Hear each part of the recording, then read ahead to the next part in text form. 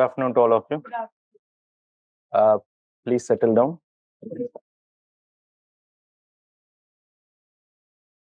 So, can you just tell me when your foundation started? It was in June. I mean, you are almost in the end of the program. What are the subjects still pending? I know that I have to take up governance. Is the board visible to all of you completely, or shall I shift it little on this side? थोड़ा इसको इस side shift कर दीजिएगा. Is it visible to all of you now fully? All right. Online students, please let me know if the video and the audio is good to all of you, both the audio as well as the video. All right, so let me just speak for a couple of minutes and then I'll take our input.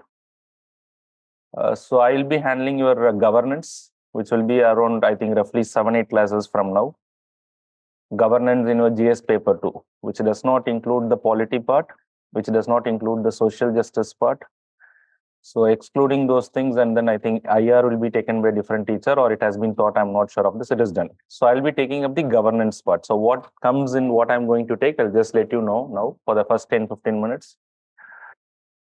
And what actually is, or what is the relevance of this particular area? You can expect around 3 to 5 questions from this particular area, which is roughly, I would say, around 30 to 50 marks. So nobody can exactly say this is the number of marks that is going to come, but probably you will get 30 to 50 marks from this particular area. Okay, a very small area, not very difficult to remember and to comprehend, because governance is more of a practical thing. With few examples and few definitions, you can make it and you can get it right. Okay, so that is all what it is required. I'll let you know how to prepare and what we are going to see. And then I'll also come back. Probably, I do not know, the schedule is not yet out. I'll also come back part of your ethics paper. The last area of your ethics paper, probity in governance, ethics in public administration, and all those things. I'll come back for those areas as well. But probably at the end of your course, probably maybe next month or something. So right now, our thing is with regard to the governance. All right. So my name is Babu Gunashekharan, and I have cleared this examination a certain number of times.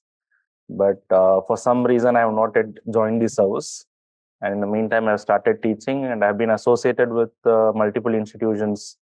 I was associated with institutions like Forum, Byju's, Rao's IAS. So right now, I am associated with the LevelUp also. So I would be taking up this particular part, governance, and the ethics in governance. So both areas. Okay, so that's a short introduction about myself. And now I wanted few inputs from your side. So just to understand as to where this batch is right now. I mean, your fundamental subjects would be done, I'm very sure. I mean, your subjects like polity, history, geography, economics, all those things would have been done. And what else is pending right now? One of you, one volunteer. Anyone?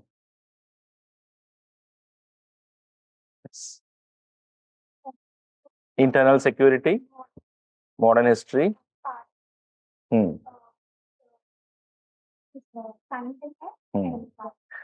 All right. So, and how many of you are planning to give this 2024 attempt?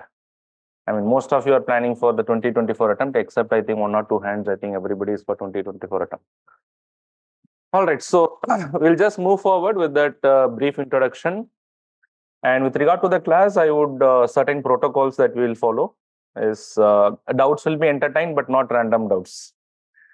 I mean, whenever I teach up something, whenever I teaching a particular topic, normally I don't entertain the doubts. And if you have a doubt, you can raise your hand. And then once I complete the topic, I'll take up your doubts. Okay. So doubts will be entertained, but not random doubts. So that is going to disturb the momentum of the class. Okay. So the crux of the notes has been already given to you. But I would suggest that whatever points in addition to I discuss, you make a note of those things. And that will be very helpful to you at the time of the examination for the revision. And you can use the same material on top of this. You can keep adding your current affairs and all those things. That is also going to help you. Okay, so in that way, if you prepare, it will be extremely useful. All right, I think online students, we are good to go. I think both the audio and the video is good. All right, so first let me give a brief of what we are going to cover in this particular area, that is governance. So these are the topics that we are going to see for the next 7-8 classes. So you can have a look into that. So we are going to talk about the topic like governance, good governance, transparency and accountability. Then you have citizen charters, e-governance, development process and development industry, role of NGOs, self-help groups, and role of NGOs and self-help groups and other stakeholders, role of civil services in democracy, government policies and interventions and issues arising out of their design. So what is the most important area here? I would say the most important area here is this particular part. I would say this is very important because you can expect 2 questions from this particular area, and remaining areas not more than 1 question. So here I'm saying the maximum you can expect 2, and from these areas you can expect 1, but not probably all the years you can expect questions from all these areas. So the maximum possibility is 5 questions. So I would say that the average is somewhere between 3 to 5 questions. So that's exactly what you can expect. So it can be between 30 to 50 marks overall from this particular area, but very simple. Okay, now let me just explain briefly about this topic without getting into that. So can someone tell me what do you mean by governance? What is your understanding of the word governance? Because the entire topic is clubbed under this particular major theme of what is called as governance. And then we are going to break that and we have to see all those things. I'm very sure that most of you might have heard about this particular word governance. So what exactly is the word governance? Functioning of the government. So what is a government then? So how do you differentiate between a government and the word governance? And which do you think is a broader term? Is it the government or is it the governance? So just to make you understand briefly, and I'm not even getting into the thing, I'm just going to explain you as to what we are going to see. There's anybody. I'm not pointing out. If you volunteer, you can just say what you think about the word governance.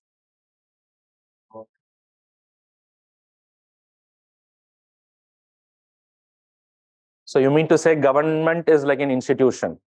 It's like an institution, or it will have a set of people who make the decision and all those things.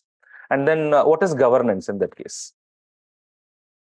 Okay, we understood. You are very right when you said it is an institution. Or it is a power center where people will be there, maybe elected or maybe selected through certain examinations, and they make up the decision. And what is governance?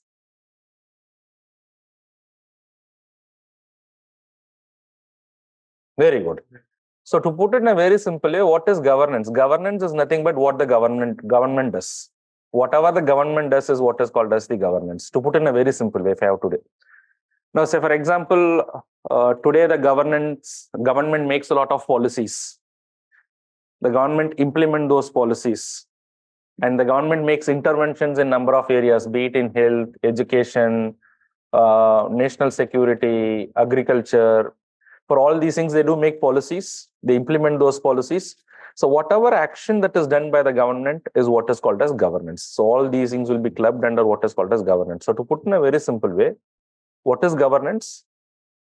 Whatever the government does is what is governance. So which includes be it collecting the data, making the policies, implementing those policies, making intervention in number of areas. So all these things are what is called as governance, and that's exactly what we are going to understand. And as I'll proceed with the topic governance, I'll make you understand who are the stakeholders in governance, probably some definition about governance. Now, in fact, this idea of governance was first documented by World Bank. In 1980s, World Bank came out with this idea. Nothing to note. If you want, you can note it down. I have not entered into the topic. I'll repeat all those things. I'm just trying to give a framework of the things. It was brought in by World Bank. And then after a few years, the World Bank realized that governance is not sufficient. So probably we'll have to move to an advanced version of what is called as governance, because then they realized that there are certain government which does what is called as bad governance. We realized that we wanted to improve, and we have to identify as to what exactly is what is good governance. There are certain governments across the world where they have been really doing well. So it was World Bank in 1992, they came out with an idea of what is called as good governance. So this is also what the government does, there's no doubt, but it has to fulfill certain criteria. It has to fulfill certain characteristics in the process as to what the government does. It has to fulfill certain criteria. So as we'll move, we'll try to understand as to what is this good governance. Okay, so this is one area where you can expect one question. So from this itself, you can expect one question, very important area. With examples, we'll try to understand all these things. And then transparency and accountability. So what do you mean by the word transparency? Openness, or putting in other words, the government information is accessible to the stakeholders. So we are all one of the stakeholders, probably in the process of governance, because ultimately, whatever the policy the government makes, whatever intervention that they make, is for the welfare of whom? For the common people like you and me. So we're all, of course, stakeholders. So do we have access to what the government does today? Do we have tools to access that information? RTI is very good. RTI is one of the important tools. So what we'll try to understand is what are the various tools that we have today that will help us to understand as to how the decision is made, how it is implemented, what are the lapses. So that's exactly that we are going to understand under this particular topic of transparency. And then along with that, there is something which is called as accountability. So what do you mean by accountability? Answerability, very good. So answerability means that someone has to be answerable for their actions. So here the government has to be answerable. The government servants has to be answerable for whatever actions that they do. So what are the various tools that is within the government today that can make the government accountable? So can someone tell me how you can question the government today? And we'll try to understand the various laws, the various institutions today that we have in our country, which promotes both transparency and accountability. Most importantly, accountability. Now, say, for example, I'll give a hint. Suppose let us assume the government servants are engaged in corruption. So do we have any mechanism by which we can make them accountable for an act of corruption? Yes, very good. Prevention of Corruption Act is there. Any institutions apart from the Prevention of Corruption Act that would make the government servants accountable for the mistakes that they do? Lokpal, Lokayukta Act is there, and then we have the institution of Lokpal. How many of you heard about the Vigilance Commission, Central Vigilance Commission? You might have heard about the Central Vigilance Commission. So you might have heard about the institutions like CBI, Central Bureau of Investigation. And apart from that, you might have heard about laws like Whistleblowers Protection Act. You might have heard about this, all these things. So these are all nothing but the mechanisms that we have in the system of governance. Majorly, transparency is about having access to information. I would say most important of that is the Right to Information Act. But to ensure the accountability, we have a number of mechanisms, whatever I said. So we'll try to understand about all these things as we'll proceed. Okay. So this is again an area where you can expect one question, transparency and accountability, but not necessarily every year. So you should be prepared. We do not know in which topic UPSC is going to ask. So this is exactly what you're going to understand from this particular topic. And then again, this is a very short topic. So probably till the entire discussion will be revolving around 30 to 40 minutes, nothing more than that. But probably you can expect question, very, very important area, again, citizen charter. Now, how many of you heard about this word citizen charter? Some of you have heard about it. So citizen charter is nothing but it is like a commitment that the government is making to the citizens. Okay, now tell me any government department which is providing some service to the people. Most of the government departments are providing some of the other services. Can you just think of give an example where a government department is providing some service? Railway department, is it providing any service? Postal department. There are many PSUs under the government which also provide a number of service to the people. So what is this exactly citizen charter, which again came in 1990s, this idea of citizen charter? We have taken this idea from United Kingdom. So the idea is that any government department, any company, any PSU, any agency under the government, which is responsible to provide some service, they make a commitment to the people as to how they will provide this service. Even before delivering the service, the government agencies are making a commitment, saying that this is the quality with which we will provide the service. This is the time limit within which we will provide the service. So it's basically what? It's a voluntary commitment on the part of the government as to how they will deliver the services. So that is what is citizen charter. And if they are not meeting that commitment, then the citizens can ask them the question. So the very idea of citizen charter is to, okay, so if they are committing certain things and if they are meeting it, then what is the very need for the government to come and make the commitment? That means the government is trying to increase the efficiency in terms of its service delivery. It wanted to make the system more accountable. So the citizen charter again is an area which I would say that the citizen charter is an effective tool for good governance, which we'll later understand. So we'll try to understand about that as well. So now I'm not teaching anything. I'm just trying to give some kind of idea about what these topics are. And then come to the next topic, that is e-governance. So what do you understand by e-governance? I think most of you are popular of this particular term. So can anyone tell me what is your understanding of the word e-governance? Very good. So what is governance? I said whatever the government does. So in performing its activities, in carrying out various functions, if the government is using information and communication technologies, the government provides a number of services. And if they are using the information and communication technologies in delivering these services, then we can say that it is e-governance. Can anyone give me an example of the service that you get from the government using the information and communication technologies? You don't have to go to the physical office. You don't have to meet anyone. But all that it is required is probably a mobile connection, or internet connection with a mobile, or probably your computer and your internet, where you can get some services from the government. Very good. Filing income tax. Even applying for UPSC examination, you don't have to go to the UPSC. When we used to apply for the examination 10 years back, we'll have to go and submit a physical application.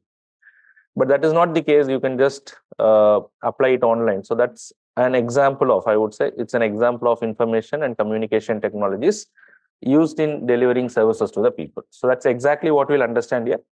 We'll try to understand what is e-governance, how it evolved over a period of time under this topic, and then what are the applications today we have got, any major initiatives under e-governance, like Digital India program, which is one of the major initiatives under e-governance.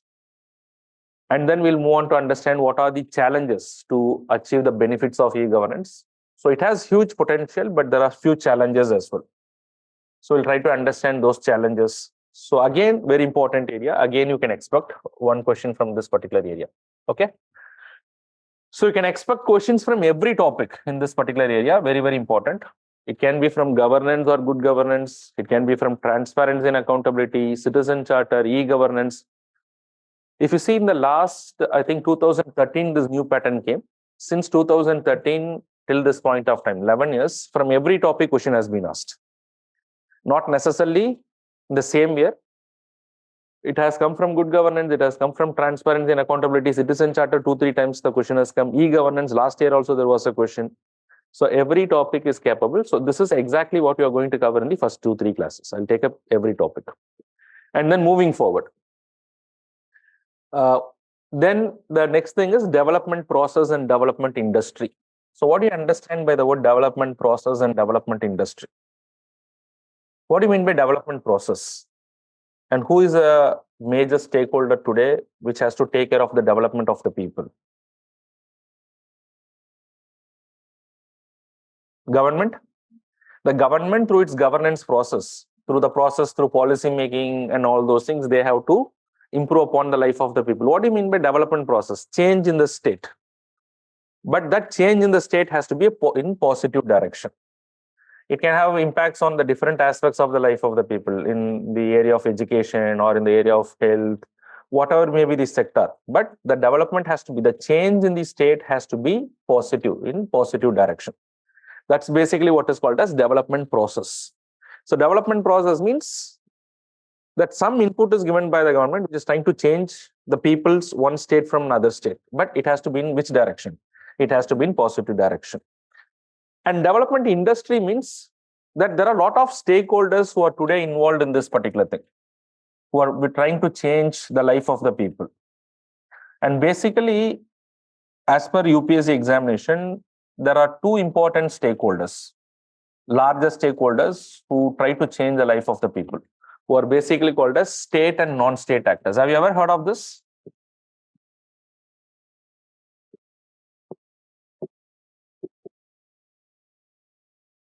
state and non-state actors. So here in this particular topic, we are just trying to understand mostly about the non-state actors. Can you give me an example of non-state actors? Non-state actors means they're not part of the government. State actors means they're part of the government. Say, for example, government agencies, government departments, government companies, boards, commissions within the government. They're all government agencies. They are state actors. But non-state actors, it can be like a community movement, NGO, a pressure group. So which is not falling within the definition or which is not falling under the direct state. But yes, they also today influence the developmental process. Does NGOs influence the development process in our country today? Do they play an important role? And a larger term would be NGO is a subset of what is called as a civil society. As we'll move forward, we'll explain all those things. So today there are a lot of civil societies, people-based movement, like community-based movement, like the self-help groups. They do involve and they do through their activities also, they influence or they change the life of the people in a positive direction. That's exactly what we are going to understand under this particular topic. Okay. So mostly it will be revolving around two things. One is self-help groups and NGOs. UPSC has been restricting its question only to these areas. Okay. So we'll try to understand what is an NGO, what is their function in a democracy, how they help the government, what are the challenges for the NGOs today in our country, what are the various regulatory mechanisms. Have you ever heard of an act which is called as Foreign Contribution Regulation Act? I think at least some of you might have heard about this act, even if you're not having the complete detail, which is again related to the donations that is given to NGOs. So we'll touch upon all those things. And similarly, we'll touch about the self-help groups as well. Okay, so again, overall in this area, I would say one question can come, not more than that. Either they can ask you a question from NGOs or from self-help groups. So any one might come here. And then the next topic is role of civil services in democracy. Okay, so who can tell me as to what you understand by the word civil service? I think all of you here are preparing for the civil service examination. Can anyone define me what is your understanding of civil service? That's exactly what we are going to see as to what is the role of civil services in democracy. Civil service. What is your understanding of the word civil service? Just like any definition that you can give up. I'm not looking for the exact one. No, you are saying what the civil service does. I'm asking what is a civil service? Like tomorrow when you clear this examination, you'll all be called as civil servants. Civil servants. So what you are saying is what the civil servants are supposed to do. But I'm asking what is a civil service? Being available for the society. Okay, tell me some of the characteristics of civil service that you can tell me. That is again part of the discussion that you're going to say. Any characteristics of civil service? Okay, I cannot define civil service, but I know these are the characteristics of civil service. Because the entire definition is for the civil service only when they meet certain characteristics. As a civil servant, you tell me that, okay, these are the characteristics that I should possess, probably. You might be aware of certain things, at least in your mind. And if you're not aware, this is the right time for you to learn that, because you'll have to maintain those characteristics when you get into civil service. Dutifulness. Okay, integrity. Leadership. Okay. Okay. All mostly your things are related to ethical things, but there are certain things which actually the government expects. Even if these things are not there, there are certain things that is expected from a civil servant. Or as a part of the service, there are certain things that you should be aware of.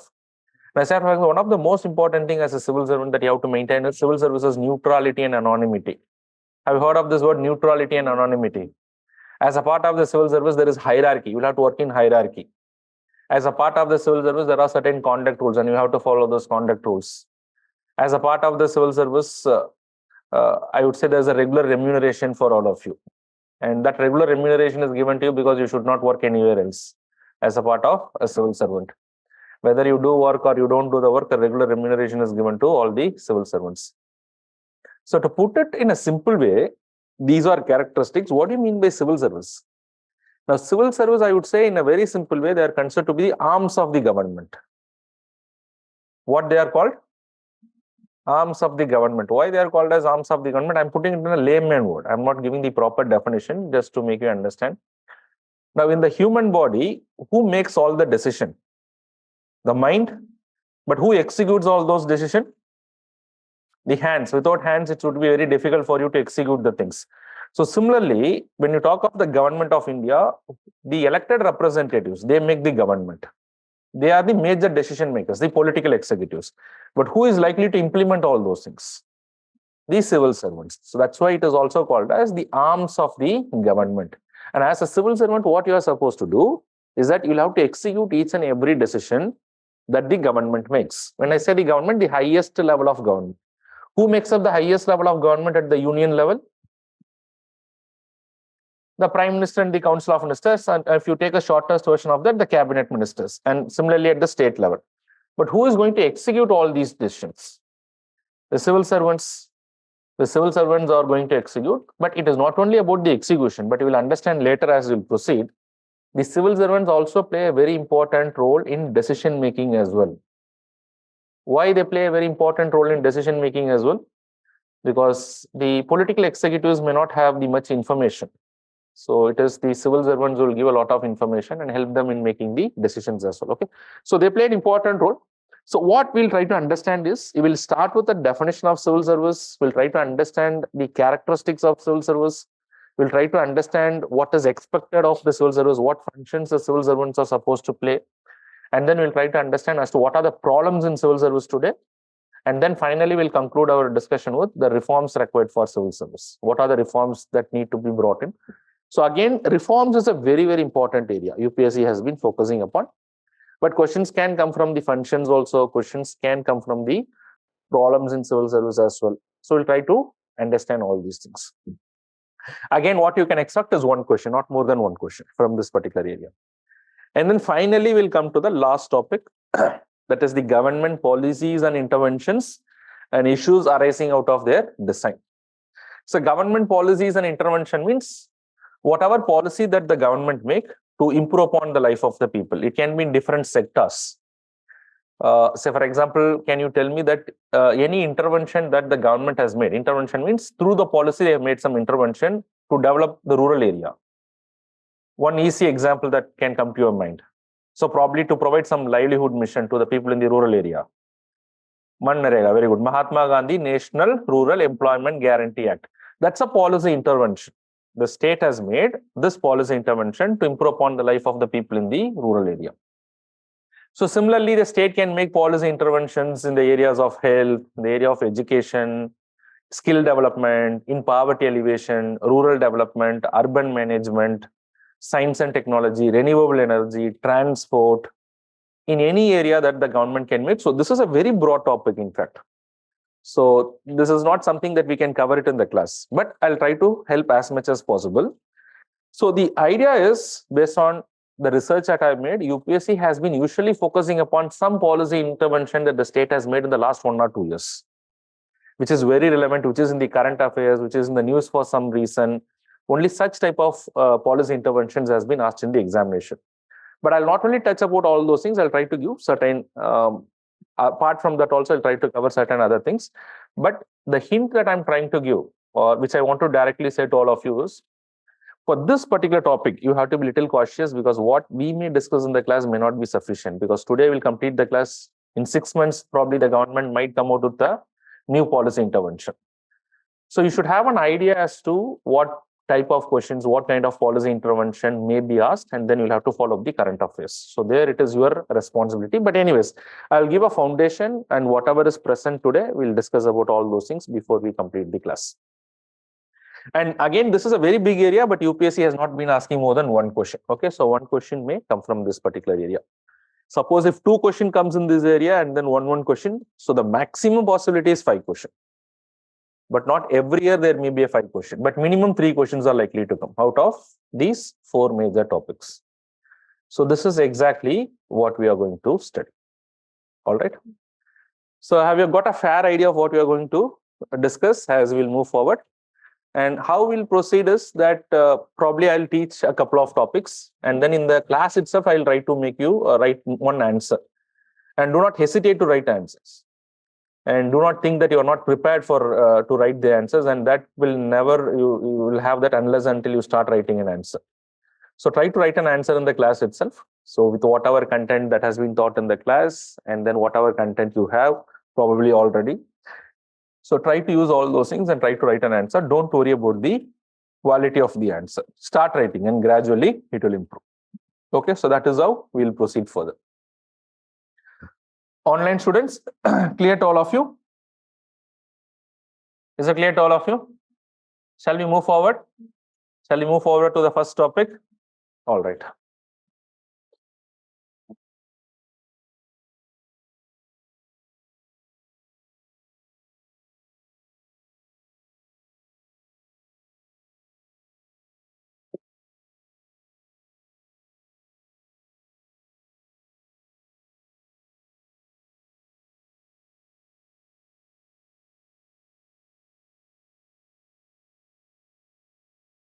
Okay, so write down the first topic, that is governance.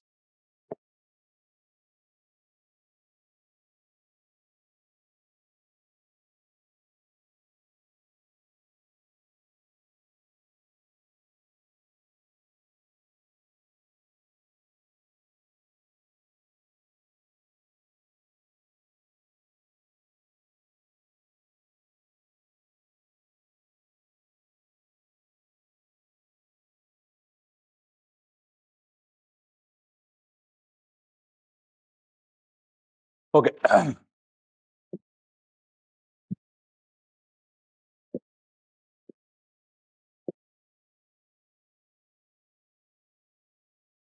Online students, I need your confirmation as well. If you have any issues, you can just put it in the chat box. I'll just look at it and then appropriately I will respond to that. All right, so write down the first topic, that is what you're going to see is governance. Okay. So just write down a definition of governance and then I'll explain about that. Governance is an all-encompassing activity. So I'll not dictate much. Wherever it is relevant, I'll give some dictation. Okay. So write down governance is an all-encompassing activity.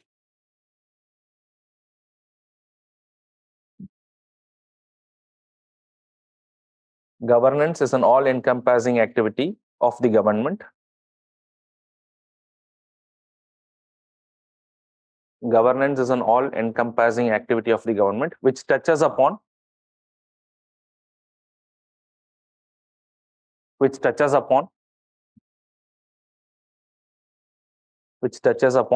social,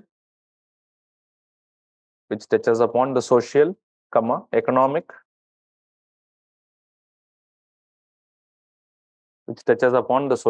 economic and the political life of the people.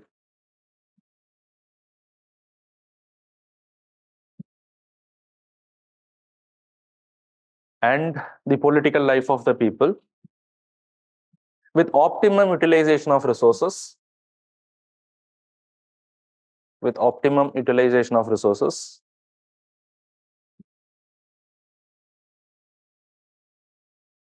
With optimum utilization of resources, which is sustainable. Which is sustainable and inclusive in nature.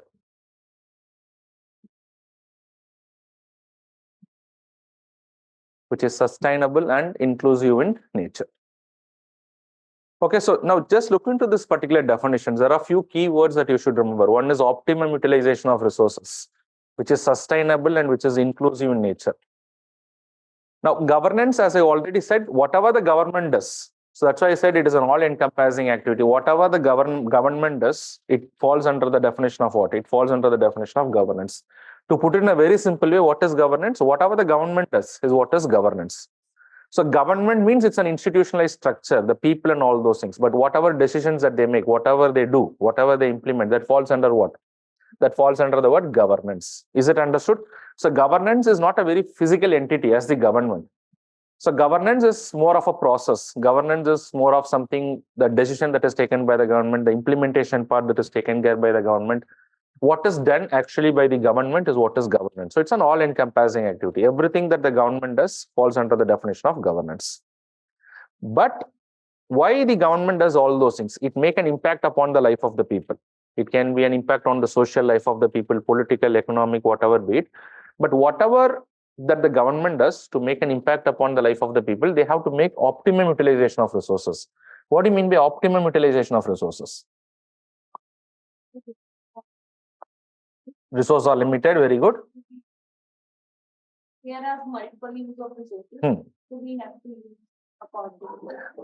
so efficiently, or I could say, or we can put it in a way that you get maximum output by using the minimum input, probably minimum resource, but maximum output. Okay, that is what is optimum utilization of resources.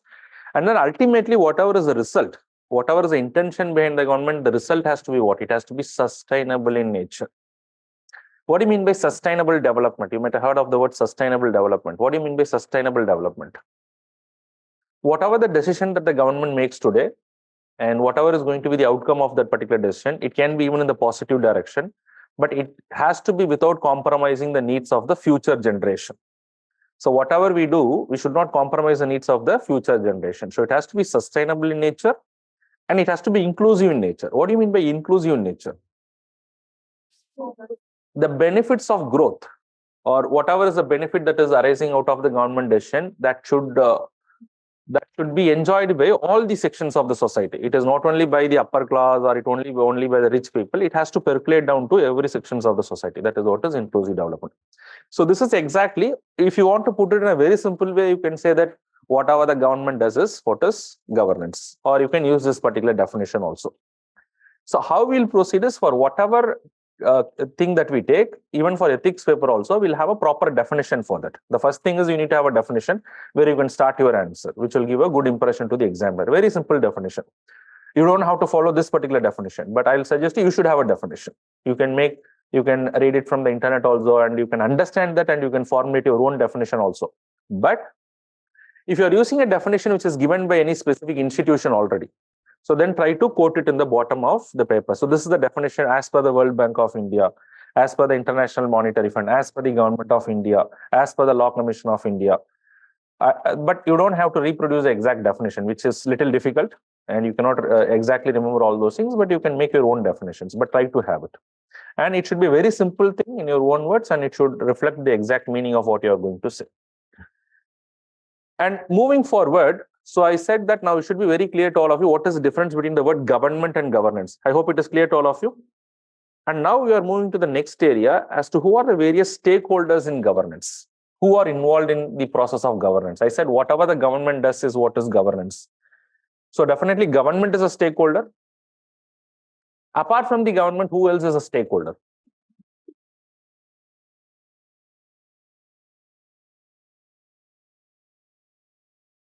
So can someone tell me who are the stakeholders? So definitely government is a stakeholder. Nobody can deny that, because it's the government which makes the policies and all those things. And today we talk of what is called as citizen participation. Have you ever heard of citizen participation? Participatory approach in governance, something like that, which we'll anyways discuss, because participation of the citizen is one of the important characteristics of good governance. I'll just discuss that. But what do you mean by citizen participation? Okay, can you give me an example of where the citizens give their input in the governance? So before passing the bill, very good. Where is the role of the citizens? The bill is introduced in the parliament. What is the role of the citizens in that? People's representatives are there. Of course, the parliamentarians are people representatives, but it is an indirect participation, I would say, because they elect the representatives. But do the citizens have a participation in the bills?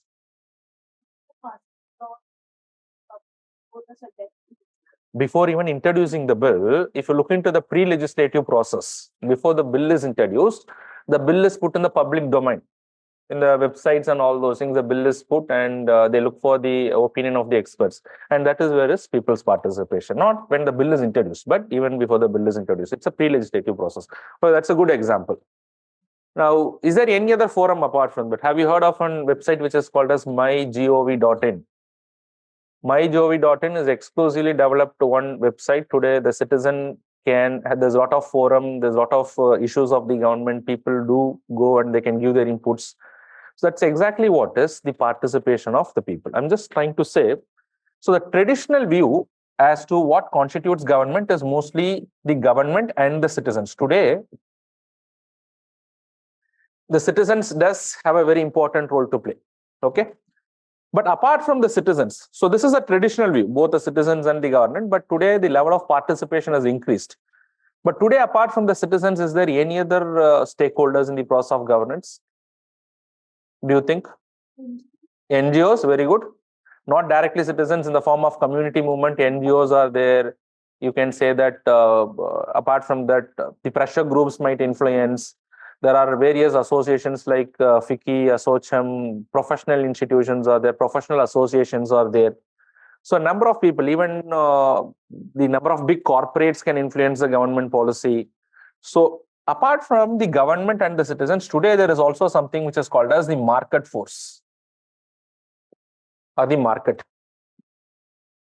which includes everybody, in fact. So which includes the civil societies, which includes the private sectors, which includes the non-state actors. So they also influence the government. Okay, so all these things are the various stakeholders in the process of governance. Okay, so this is a broader definition today we have got. So who are the stakeholders in the process of governance? Which means all these people can influence what? The decision making within the government. All these people can also influence the implementation of those decisions. Can you just think of an example where people take part in implementing some of the government schemes, where people who are the beneficiaries, they directly participate in implementing the schemes which is formulated by the government for their own benefit. Swachh Bharat, very good. But a better example, it's a good example. Again, the Mahatma Gandhi National Rural Employment Guarantee Act. Now, who has to identify who are the beneficiaries? Who is eligible to get job? You know that the Mahatma Gandhi National Rural Employment Guarantee Act, minimum 100 days of wage employment has to be given to the people in the rural area. Anyone who is willing to work, minimum 100 days of wage employment. But who will identify the beneficiaries? The Grama Sabha. The Grama Sabha has to identify the beneficiaries. All right. So I'll explain all those things. So in the way I'm saying how the citizens are participating in the process of governance. And similarly, today, a lot of pressure group does influence the government policies.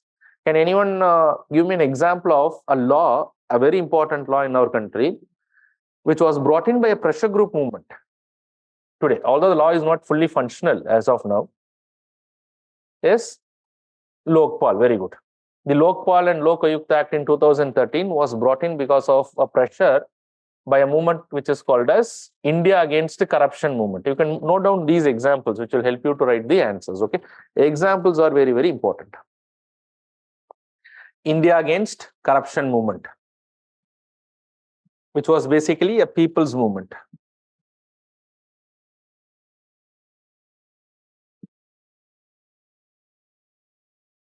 India Against Corruption movement. India Against Corruption was the name of that particular movement. And in fact, all over the country, there was support for this particular movement. And then that pressurized the government to come out with what is called as the Lokpal bill. And do you know how many years it took for the Lokpal bill to be passed by the parliament? I mean, when it initially started, any idea? And ultimately, this bill was passed by the parliament in 2013. But it was started way back in 1960s. For the first time, it was introduced in 1960s, and 8 times the bill has been introduced already, and 8 times the bill has lapsed. Because the Lok Sabha dissolved and the bill lapsed, and ultimately, finally, it became an act in 2013. And that too because of what? That too because of the people's movement. There was a lot of pressure upon the government, and that led to bringing this Lokpal Act. But even today, because this Lokpal is a very important topic, even today, this is not fully functional for reasons that we are going to discuss, but at least the law is in place. And what is this Lokpal? What exactly is your understanding of the word Lokpal? The Lokpal is the highest ombudsman. Ombudsman means someone who can take a decision on that particular matter. Highest ombudsman for what? against corruption or corrupt public officials in our country. We'll discuss all those things, okay? So I'm just trying to give an example of all those things. So who are the stakeholders in the process of governance? It includes all the three people. So this is a basic idea you should have. Now, what has happened is, in 1980s, or to be very specific, in 1989, the World Bank came out with an idea of what is called as governance. And then after making a lot of study and all those things, they realized that there are many countries across the world, even in democratic countries, that the government is actually moving towards the direction of what is called as bad governance. And then they realized that we have to differentiate just governance from what is called as good governance. So the World Bank, in its report, which is titled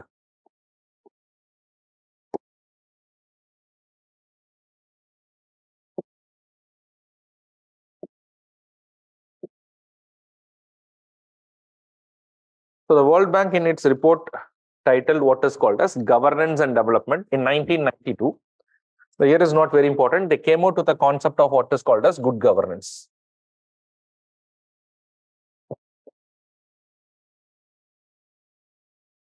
So again, good governance is what the government does, but it should have certain characteristics. Unless and until it does not fulfill these characteristics, it cannot be what is called as good governance. So what are the characteristics of good governance? There are 8 characteristics that the World Bank has pointed out. So the governance activity should comprise of all these 8 characteristics. So it should be participatory in nature. You can have a look into that also. It has to be participatory in nature. The governance process should be transparent. It should be accountable. It should be responsive.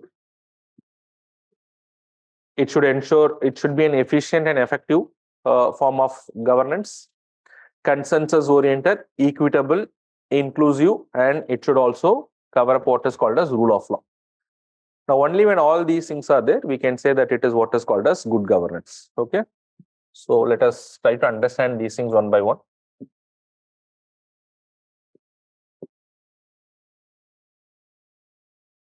So first and foremost is it should be participatory.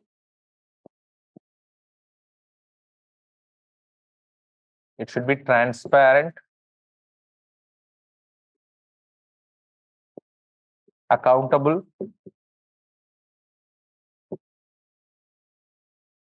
responsive, efficient and effective,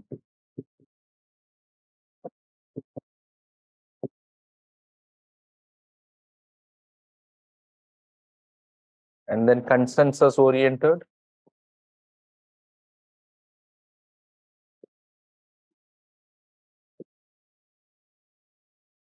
equitable in nature, equitable and inclusive,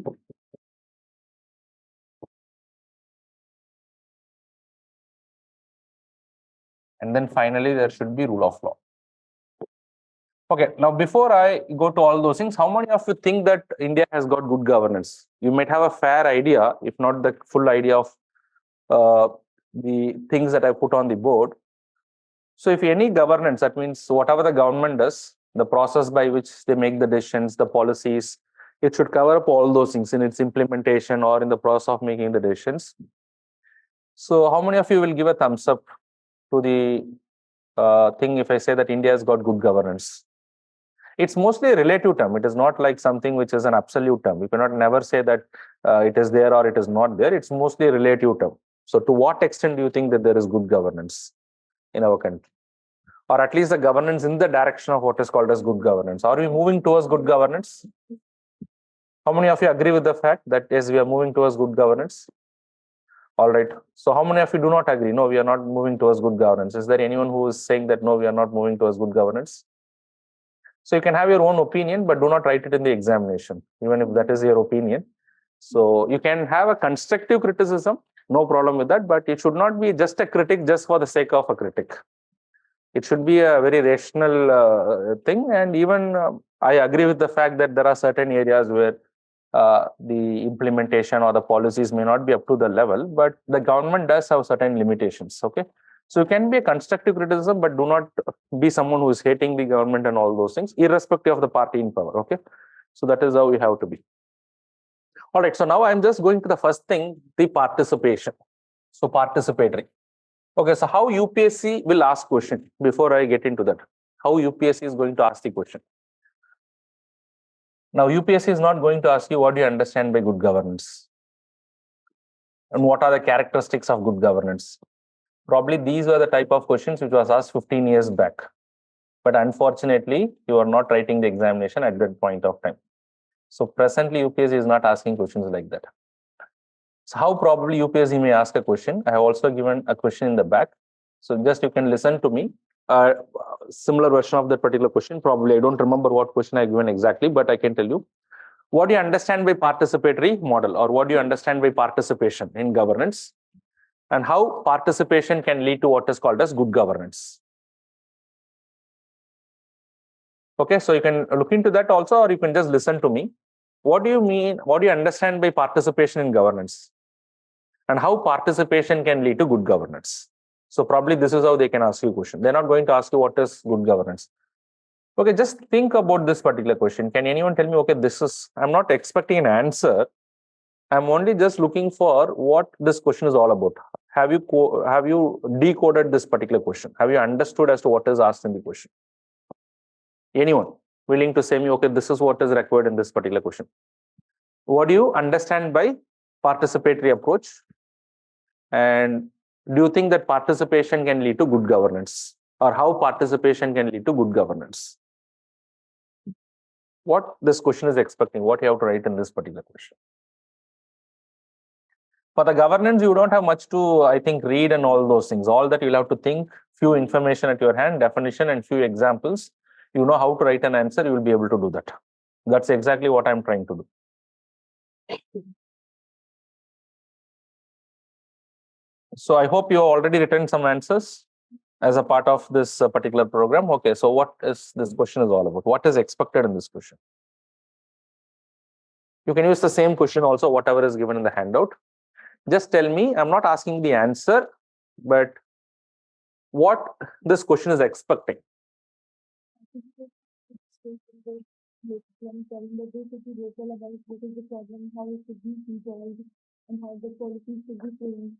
First of all, this question is about, we'll have to, one part I will say, remaining part anyone of you can volunteer. First of all, the question is all about, you'll have to explain as to what is participation. Maybe you can give some examples to make the examiner understand this is what is people's participation. This is what participation means. Now then, the second part is, can anyone tell me the second part? Is there anyone willing to say? Yes.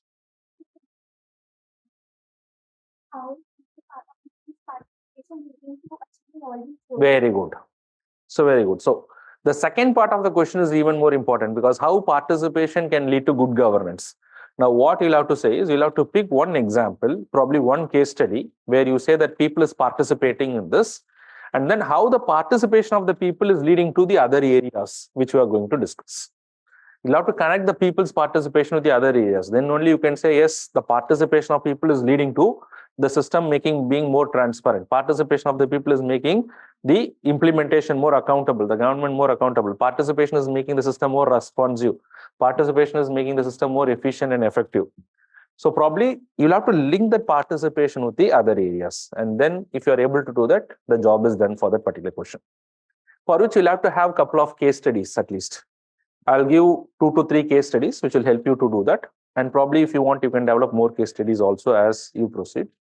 And that is exactly UPSC is asking question. They're not going to directly ask you a question as to what do you understand by good governance. That is not going to happen.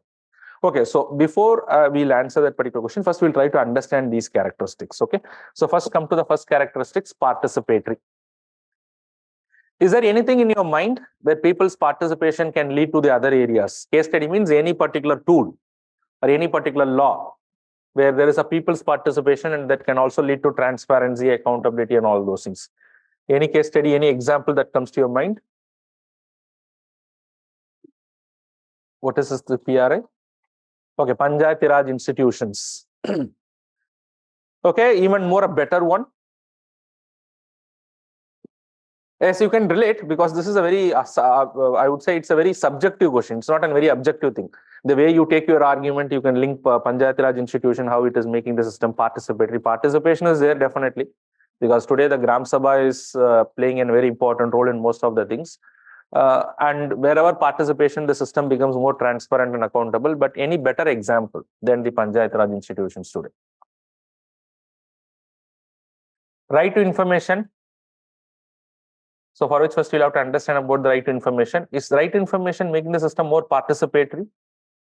How it is making the system more participatory? First of all, we seek the information. We seek the information. So we are participating in the process of governance. We are willing to know what is happening in the government, how these decisions are made. And when you have an information at your hand, the system becomes more transparent. And if you know that something has been misutilized or there is a mismanagement of something, a number of PL has gone to the court based on the information that they got from the government. That makes the system more accountable. And we'll try to link to the other areas also. So RTI could be one good example. And apart from RTI, there's also another example which is called a social audit. Has anyone heard of the word social audit? I'll also discuss about social audit. These two can be wonderful case studies for you to answer such type of questions. Okay, and they can also be asked as separate questions as well. Okay, so as we'll move, we'll try to touch upon these two things. But first, let us try to understand the meaning of these things one by one. Okay, so write down the first thing, that is participatory.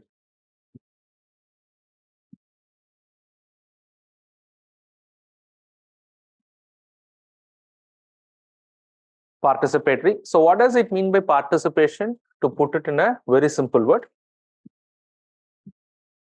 participation means that the stakeholders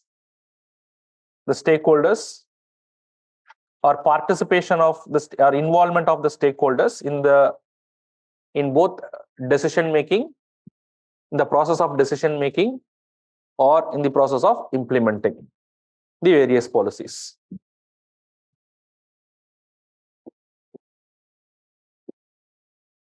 There's some issue with this.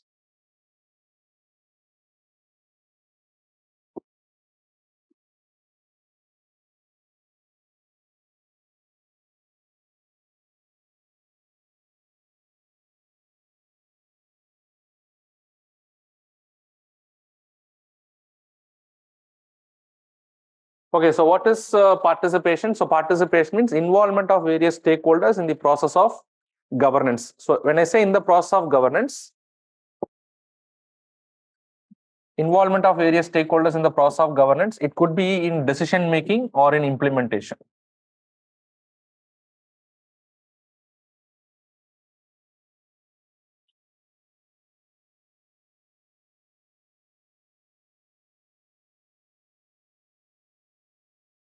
Involvement of various stakeholders in the process of governance. So they can be involved in the process of decision making also, or at the implementation stage also, or in both the stages as well. So some of the examples that I have given it here, say for example, one is Gram Sabha. Now you tell me, Gram Sabha, are they involved in either in the process of decision making or in implementing? So one example I could give is, say for example, today the Gram Sabha are involved in what is called as identifying the beneficiaries in the Mahatma Gandhi National Rural Employment Guarantee Act. They involve in identifying the beneficiaries. So who are supposed to get the job? Who will decide that? The Gram Sabha. So are they involved in the implementation part? Is it participation? MyGov.in. So MyGov.in is an example of the policy making itself, at the decision making level itself. They give a lot of inputs. How many of you have accessed this MyGov.in? At least you have got a lot of mail and SMS regarding this MyGov.in. So MyGov.in is a portal which is developed by the government of India today. And if you can go to that particular website, you will understand a lot of issues of the government. And as a citizen, you can make certain, I would say you can register your opinions, your ideas and all those things. If something is found relevant by the government through the mechanism that they have, they can filter out and they can take those opinions and they can start implementing those things. So is it allowing to take part in decision making? Indirectly at least. So that is how you participate in the system of governance. How many of you heard about this? So all the examples that I'm giving is just indicative in nature. It's not an exhaustive example. Just few examples that I'm giving. And then the example of PES Act. What is this PES Act? How many of you heard about this? You should be aware of this by this time. How many of you are aware of this PES Act? Panchayat extension to scheduled areas.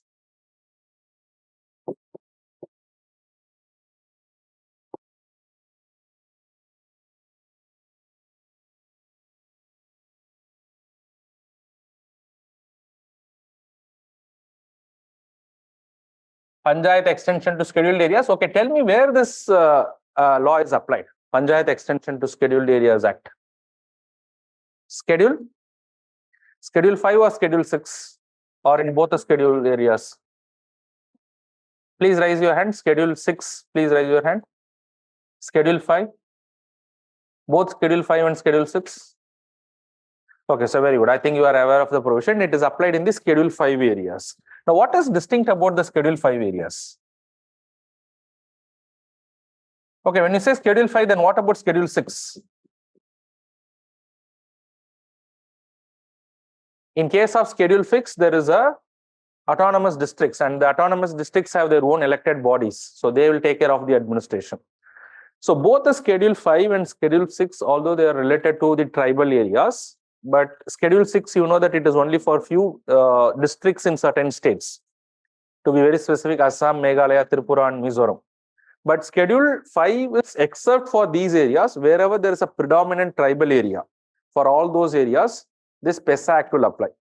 Now, why? Because the normal 73rd Constitutional Amendment Act, which has provided for the Panchayat Raj institutions, that does not apply to the tribal areas. Although it applies to all the states and to the union territories, as the president may determine, but it does not apply where? It does not apply to the schedule 5 areas. And then, you know that the Panchayat Raj Act was passed. The 73rd Constitutional Amendment Act was passed in 1993. So they brought in system of local self-government in the village areas. But then this was not extended to the tribal areas. Why? They thought that in tribal areas, they needed to have a system of local self-governance, which is even more empowered than the normal areas. And that's why they passed a separate act in the parliament, and the PES Act is going to apply to the schedule 5 areas. So what is the difference? So it is almost similar to that of the Panchayat Raj institutions, but here the Gram Sabha is even more empowered. Here the Gram Sabha is even more empowered than the normal areas. Here the Gram Sabha can determine as to what are their traditional rights.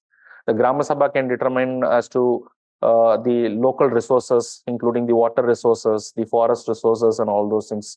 The Gram Sabha will determine as to any minor projects to be implemented in that particular area. Without the approval of the Gram Sabha, all these things cannot be done. So does it allow the Gram Sabha to take part in the decisions? Does it allow the Gram Sabha to implement certain things? So PES Act is a classic example of what? People's participation in the system of governance. Understood? So this is basically what is called as participation. So participation means involvement of various stakeholders. I guess it is all clear to the online students. So if you have any questions, you can just put it across to me, okay? But you can just put across a question, then I'll give you time when I'll take it up. Is participation clear to all of you? So similarly, whenever you come across certain examples, whenever you read the newspaper, you come across certain policy, you come across certain act, which you feel that there is a provision for people's participation, you can just make a note of those examples. Whatever example that I'm giving is more than sufficient, but probably that you want to differentiate your answers from others a little. So probably everybody is attending coaching, probably they're coming out with all these popular examples. You come out with certain case studies, a specific developmental project or a case study that you come across in a newspaper, you can use all those things in the examination. That can add a little bit of value. It's a value addition to your answer. Now come to the next thing, that is transparency. Is participation clear to all of you? Okay, so write down the next thing, that is transparency.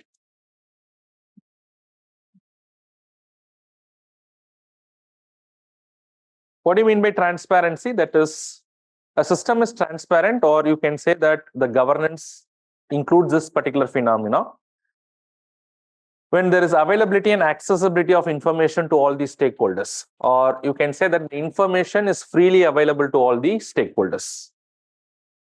That's basically what is called as transparency. So here I am using the word stakeholders. I'm not using the word citizens, but it can be to all the stakeholders. Information is freely available and accessible to the stakeholders. That's basically what is called as transparent. Now tell me, what are the ways by which we can get information from the government? So one classic example would be the Right to Information Act, RTA Act. I'm not explaining much about this particular act right now because RTA itself is a specific case study. I'll discuss about this in elaborate. But can someone tell me when this RTA Act came into force in our country? 2005 or 2002? 5? Which year? Yes, somebody from the back, which year? It was in 2002 or 2005? It was in 2005, no doubt about that. I think it should be very clear to all of you. But this is not the first version of the law we had. In fact, the government initially came out with what is called as Freedom of Information Act in 2002. But this Freedom of Information Act was never notified. So after the bill is passed by the parliament, after the president gives the assent, it has to be notified in the government gazette. Government gazette is like a book that the government, official record that the government maintains. Unless and until it is notified, which is merely an executive decision, the law cannot be implemented. For some reason, although the law was brought in 2002 itself, the Freedom of Information Act, it was never notified. But good thing is that they came out with a more potent law in 2005, the Right to Information Act.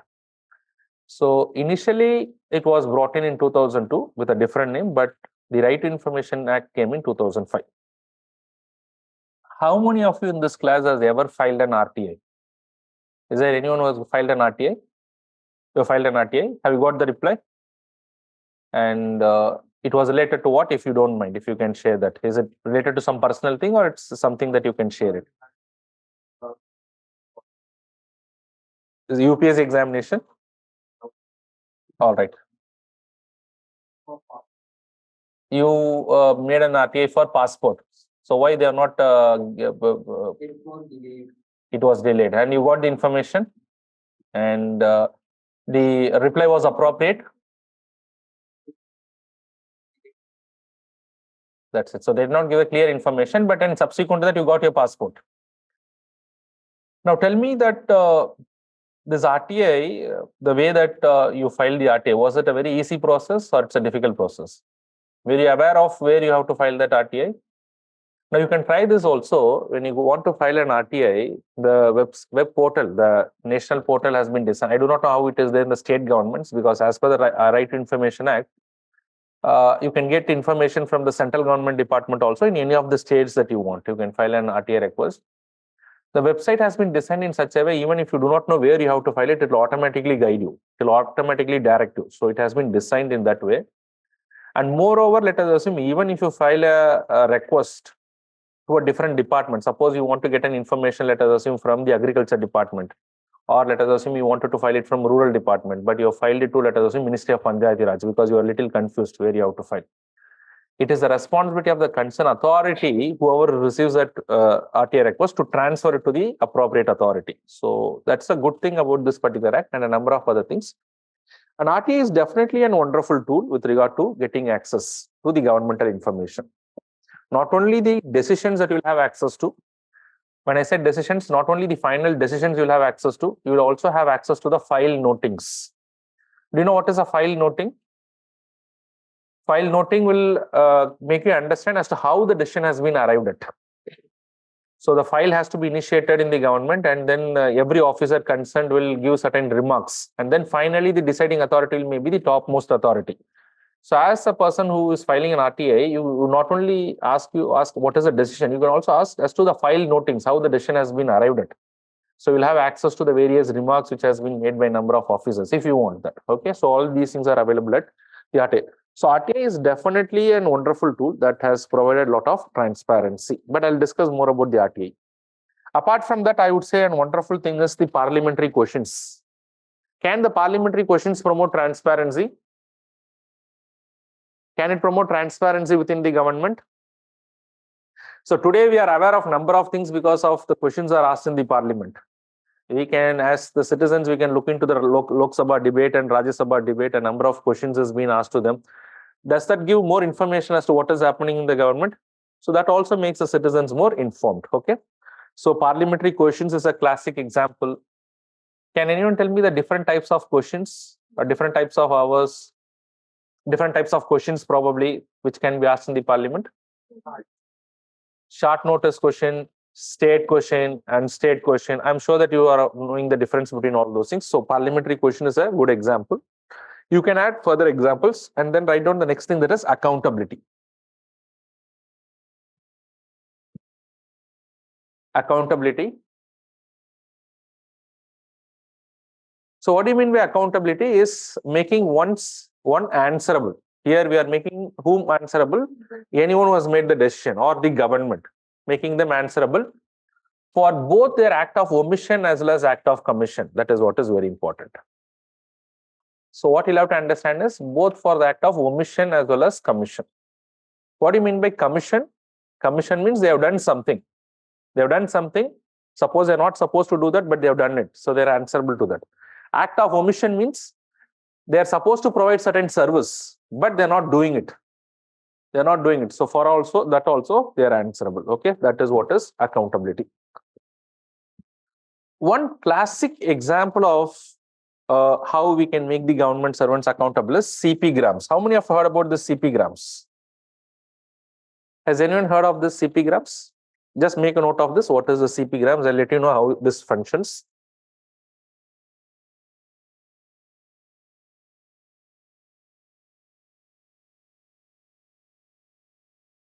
Centralized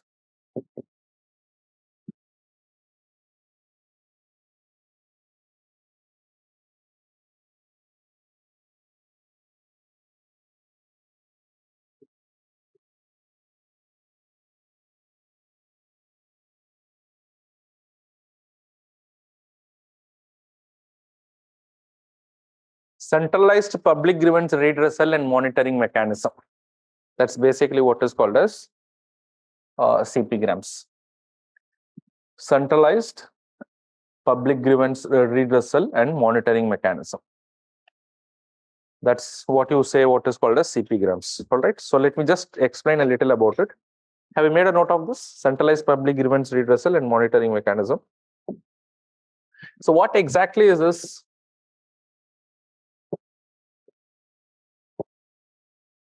CP grams.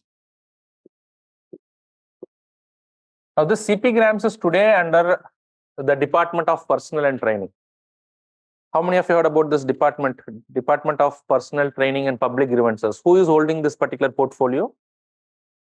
Which minister who holds this portfolio? It is under the portfolio of the Prime Minister himself. The Prime Minister is in charge. Below the Prime Minister, there can be a Minister of State. But it is under the charge of whom? The Prime Minister. Now, what happens with the CP gram? The CP gram is like a centralized grievance redressal tool.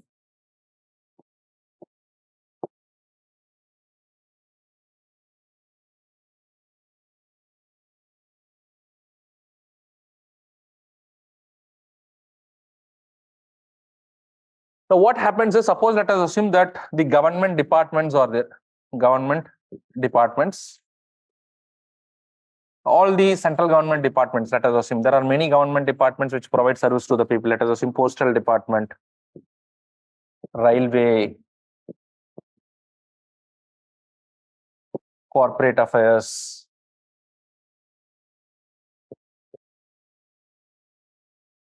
civil supplies,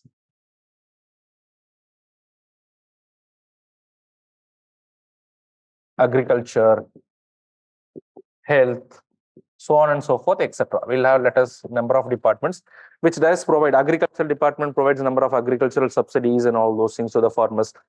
Civil supplies, they take care of public distribution and all those things.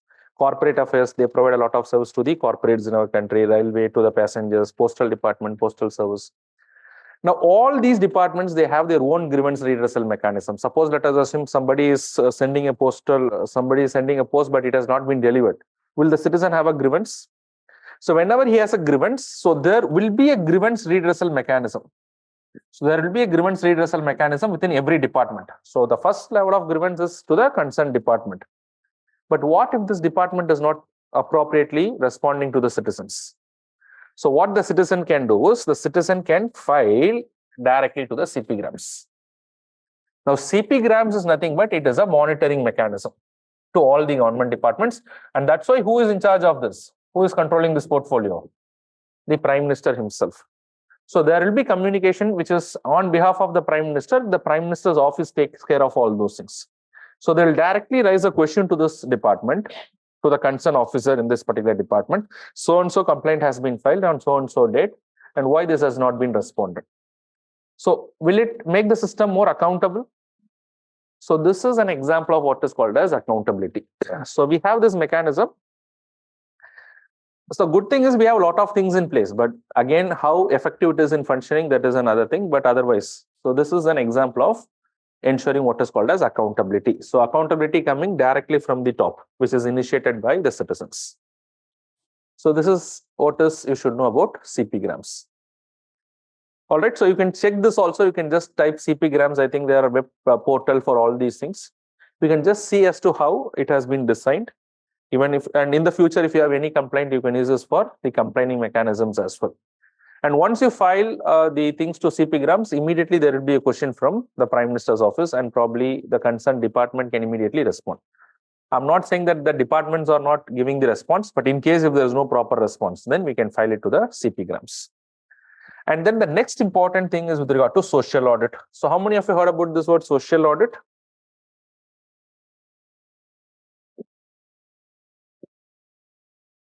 Social audit.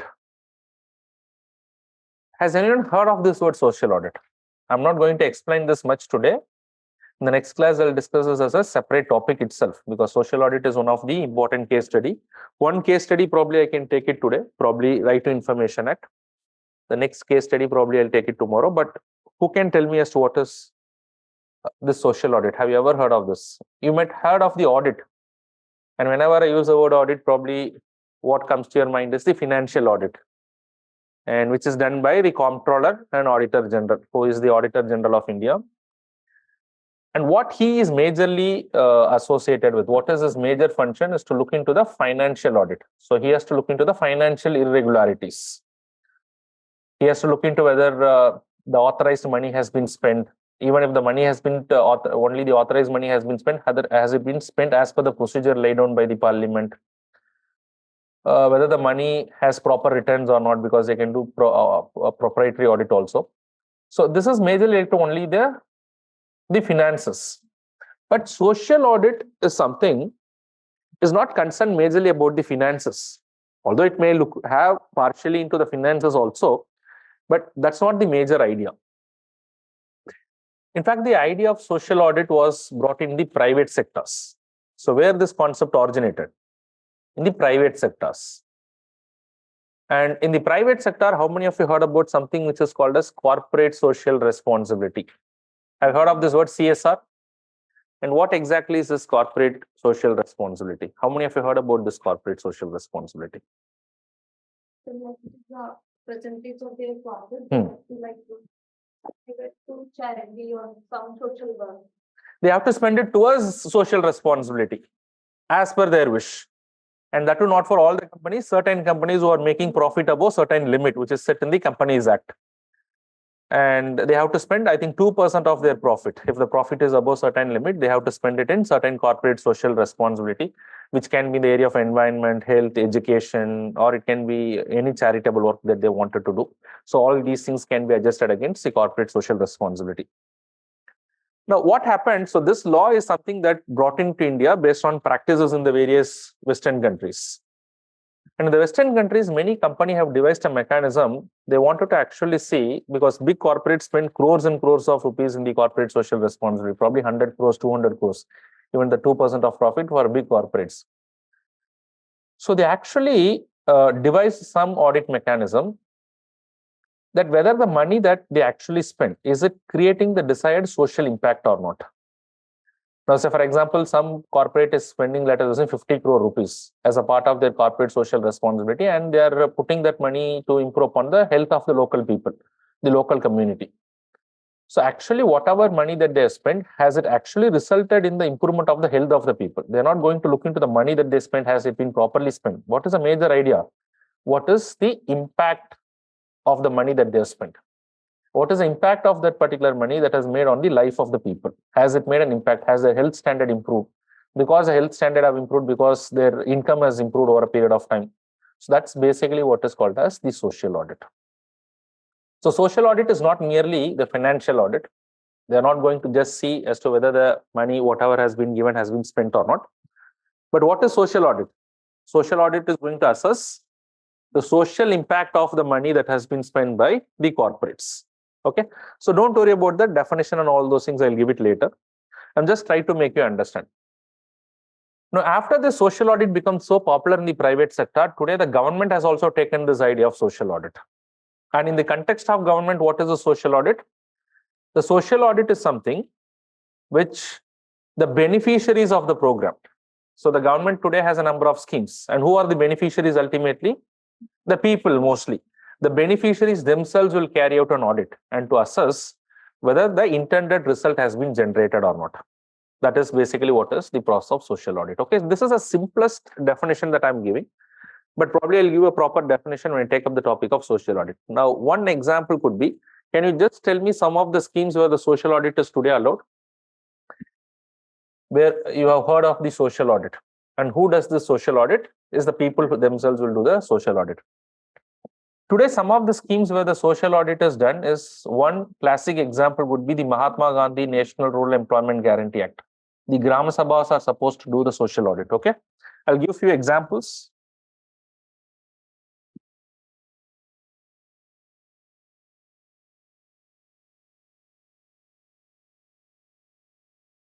And then it is in the midday meal scheme.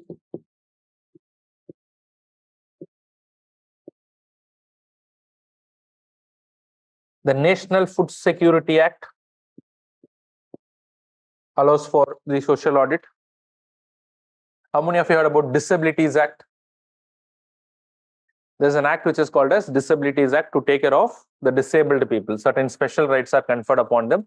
Under the Disabilities Act also, the act empowers the beneficiaries to carry out what is called a social audit. One or two examples is sufficient enough.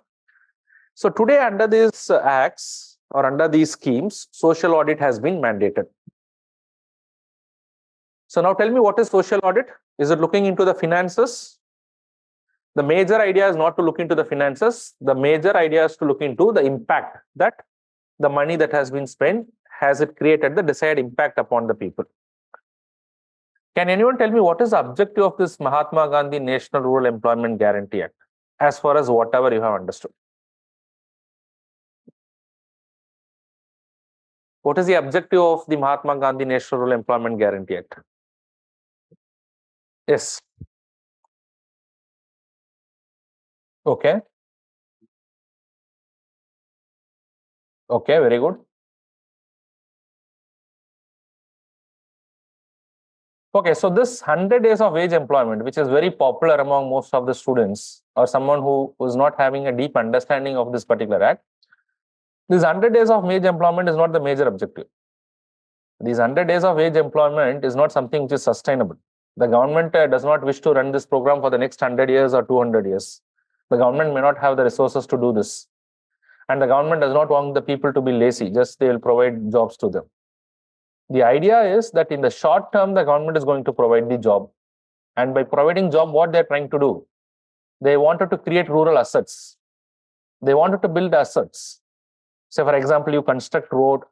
So the government is spending and the government itself is providing employment and the government itself is constructing the roads. They build dams probably, they build schools, they build health facilities, they construct local markets, they increase the accessibility to the nearest areas, towns. The idea is that they wanted to generate rural assets. Now the government know, okay, if I keep doing this for the sale, let us assume for the next 10, 15 years. So probably a lot of rural assets will be generated around the rural area. And then that will become a self-sustaining mechanism. And then I don't have to spend. So probably I have constructed road and I've given people access to the nearest market. Probably the farmers will be able to have connectivity and they can send their produce to the nearest market. Probably I have constructed schools and the children get educated. Probably over a period of time, they'll be self-employed. They can look for jobs. So then the government will roll back all those things. So the idea is to improve upon the quality of life of the people by generating what is called as rural assets. So actually the social audit will see that over a period of time, whether this is improving or not. And apart from that, they will also see any diversion of funds, whether the proper beneficiaries are getting the benefit and all those things. But what is the major intention? It is not about the financial audit. It is about the intended objective, is it being met or not. So all these things are done by whom? The people itself. That means the beneficiaries. When I say beneficiaries, the Gram Sabha. There's a subset of Gram Sabha who does all those things. I'll discuss about all those things. So have you understood as to what is social audit? It's not just the financial audit. It's to understand the impact of a particular program, what kind of social impact it has created. And that too, it is done by the beneficiaries, where the idea has been taken from the private sector. All right. So will it increase the accountability if people does this audit? Suppose let us assume that the money is spent, but the desired impact is not generated. In fact, whatever is the outcome of the social audit can act as a feedback loop, and they can make necessary changes in the policy. And will that make the system more responsive in nature? It is going to make the system more responsive in nature, and see that one of the aspects of good governance is it has to be responsive also. So that's why I said this social audit is a very classic example of, or a tool of what is called as good governance, which I'll try to connect a little later. Okay, you just have an understanding of what is social audit. Now come to the next thing, responsiveness.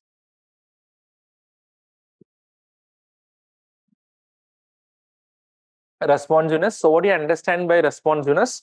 So responsiveness means that the services, whatever is delivered by the government, has to be provided in a timely manner, timely and an appropriate manner.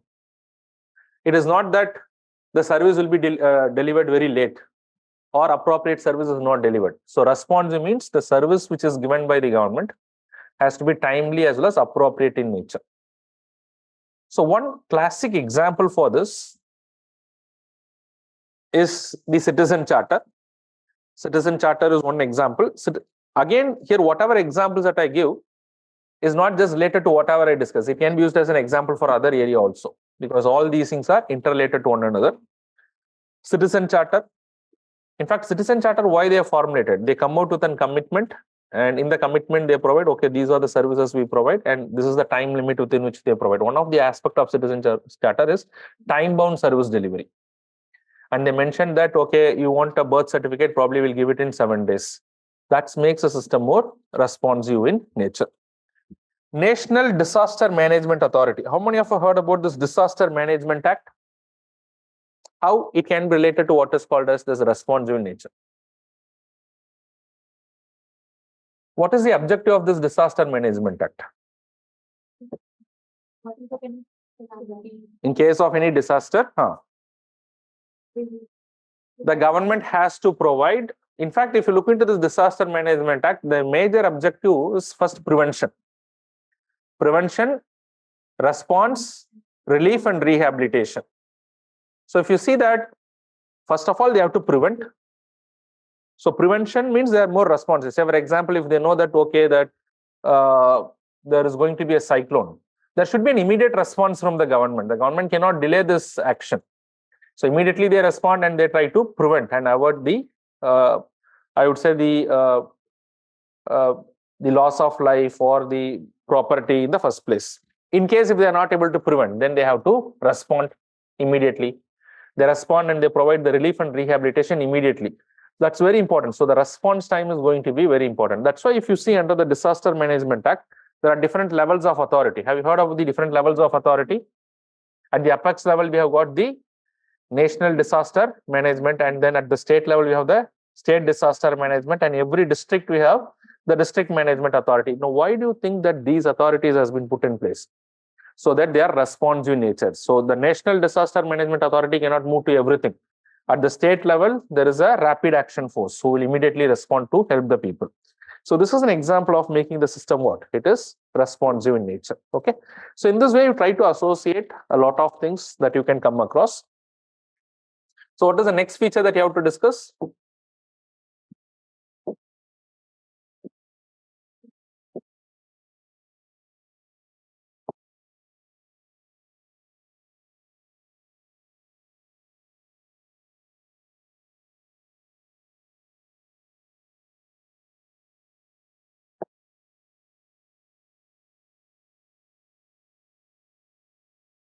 Okay, write down the next thing.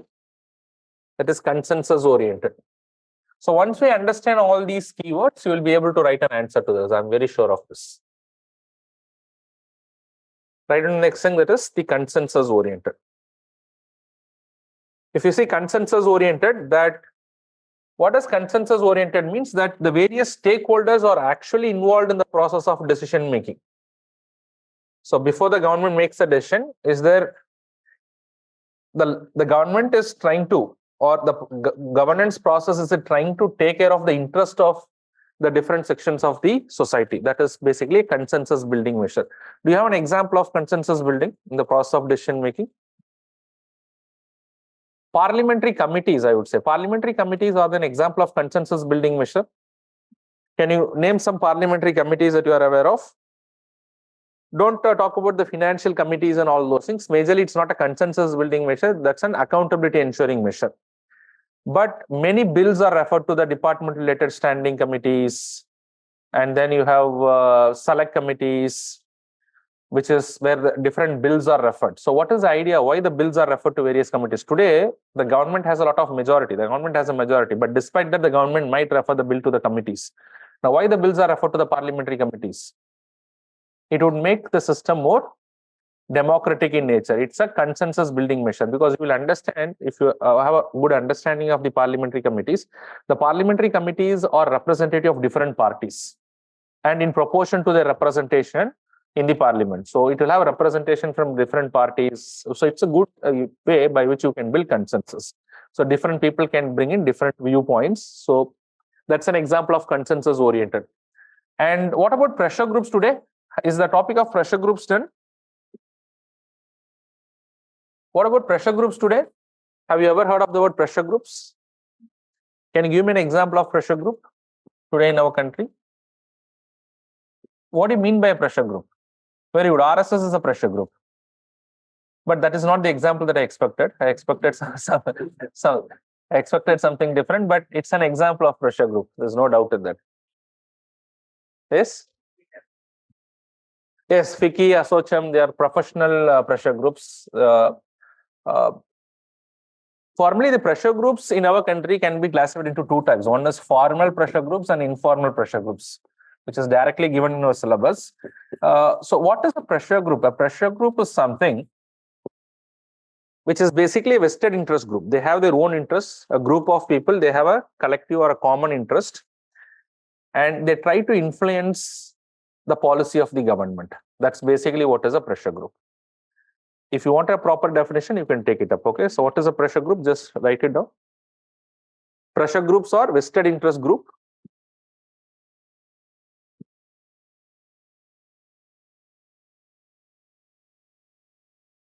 Pressure groups are vested interest groups.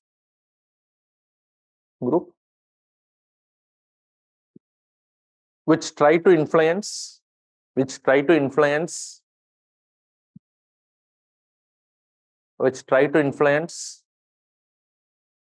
the public policy.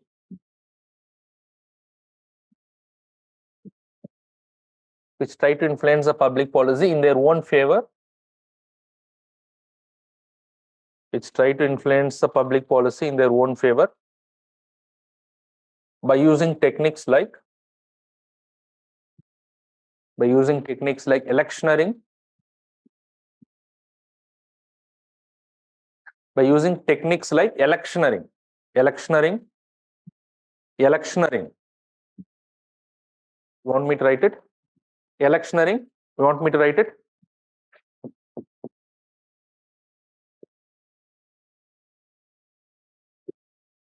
Electioneering. Lobbying, electioneering, lobbying.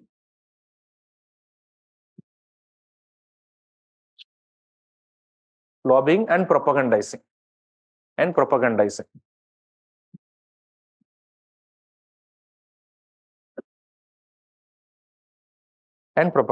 Okay, so these are the three techniques. Is the pressure group topic done or not done?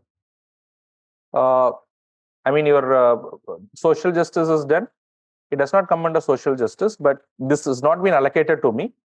But in case if it is not covered, you tell me later, I'll cover that, okay? Because it has not been explicitly given this particular topic. I'm just trying to use as an example here.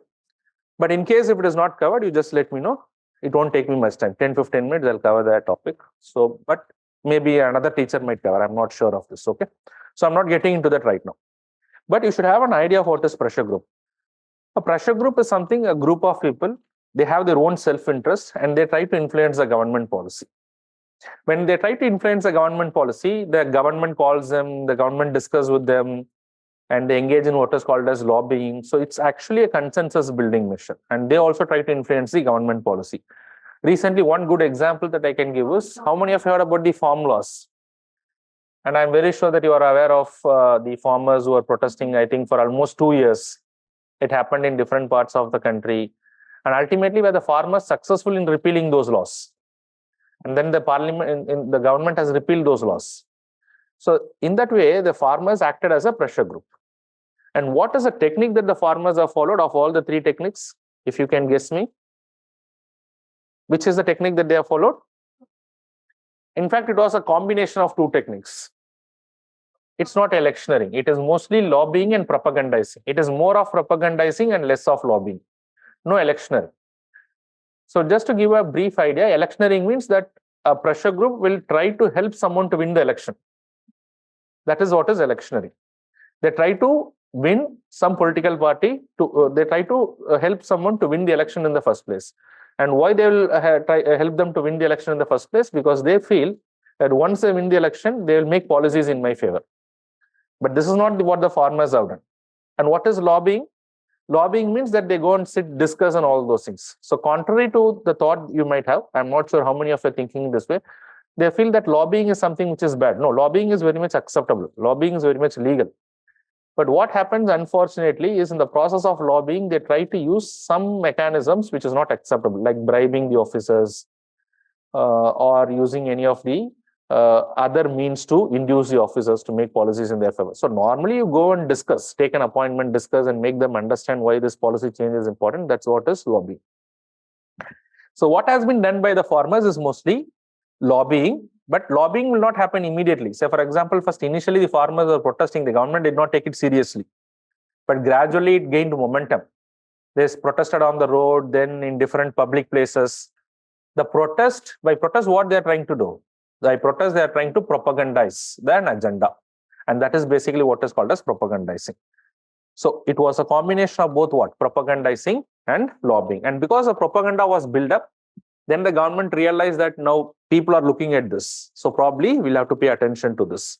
Otherwise, it could bring some kind of disrepute to the government. Okay, so basically they used what is called as, I would say, it is a combination of propagandizing and lobbying. Now, structural wise, the pressure group, very quickly, structural wise, it can be of 2 types. One is formal and informal pressure group. Now, tell me, what is a formal pressure group?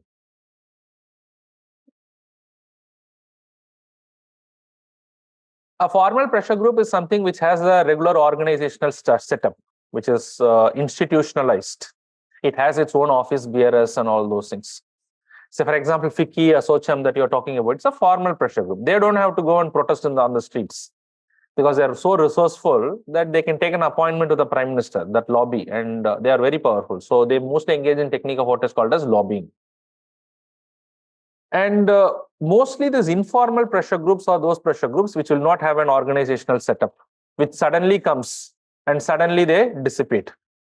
Say, for example, this India Against Corruption movement, I said, which led to the Lokpal bill.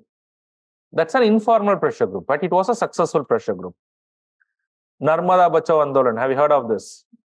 Narmada Bachao Andolan, and then Chipko movement. So these local movements, they are all examples of informal pressure groups. Okay, even the farmers' protest was largely an informal pressure group. Although there are formal associations also, it was largely an informal movement. Okay, so that's the difference. I'm not going much beyond this. So they do, how do they function with the government today? So the government calls upon, discuss them through the process of lobbying. It's majorly a consensus building measure. Okay, so the idea is how consensus building measures are there in the process of governance.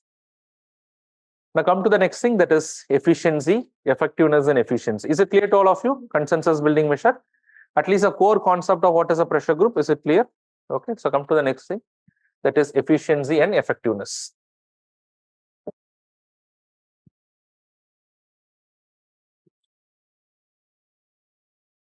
So efficiency and effectiveness means it's very simple that the government has to utilize the optimum resources and the maximum output is received with the optimum utilization of resources. So optimum utilization of resources in delivering the services with maximum output. So that's basically what is how you make the system more efficient and effective. One example of that is citizen charter, because I said that these examples do overlap. Now in citizen charter, one of the important features is it's not only time-bound delivery of services. By providing a number of things, by listing out and by making a promise, they say that these are the list of services we give, the time limit within which we provide the services, there's a grievance redressal mechanism if the service is not provided. By doing all those things, they actually wanted to increase the effectiveness of service delivery overall. And then the other example could be e-governance. Does e-governance increase the effectiveness of service delivery? Does it reduce the cost? Does it reduce the time? So it makes the system more effective. It makes the system more efficient. Okay. So without going much into that, so these are all examples of efficiency and effectiveness. Come to the next factor, that is equity and inclusiveness. So don't worry about the citizen charter also. I just give a brief idea because citizen charter is again a big topic. I'll teach that for around half an hour to make you understand what exactly is a citizen charter. But right now you just have that to be an example of what? Effectiveness and efficiency. Come to the next thing, that is equity and inclusiveness. So when you talk of equity and inclusiveness, that equity is not about equality. So equity is a little different from the concept of what is called as equality. So I'm not talking about equality. What is equity?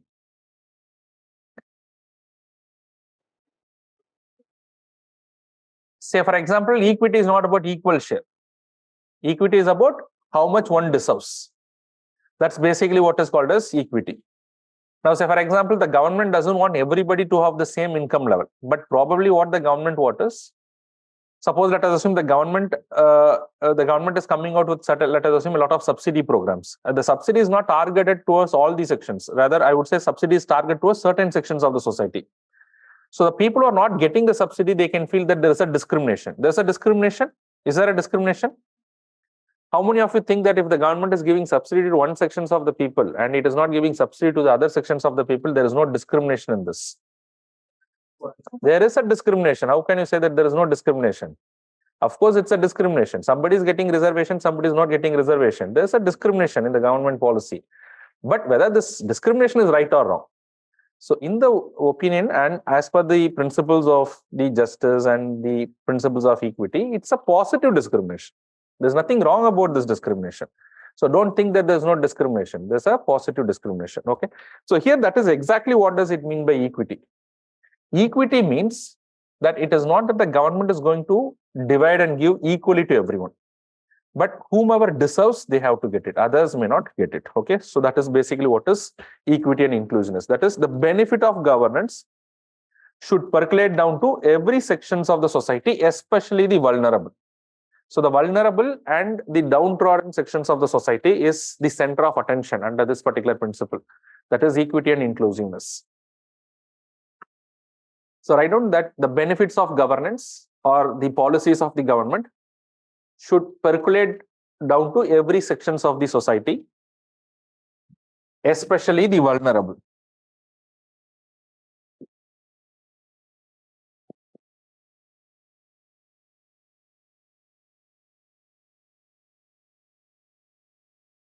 Especially the vulnerable. So that's exactly what is do you mean by what is called as equity and inclusiveness. Say, for example, today we have a number of welfare schemes. We have targeted public distribution system. Only certain sections of the people, downtrodden, are getting it, but the others are not getting it. So can you call this as a discrimination? Of course, it's a discrimination, but it's a positive discrimination because they feel that they deserve and the others. And by doing this, they feel that they will also get the benefit of the government policies, which they're not getting it. You have reservation. Reservation is again an example of making the system more inclusive, because if you don't give reservation to certain sections of the people, they'll never be able to compete with the forward community.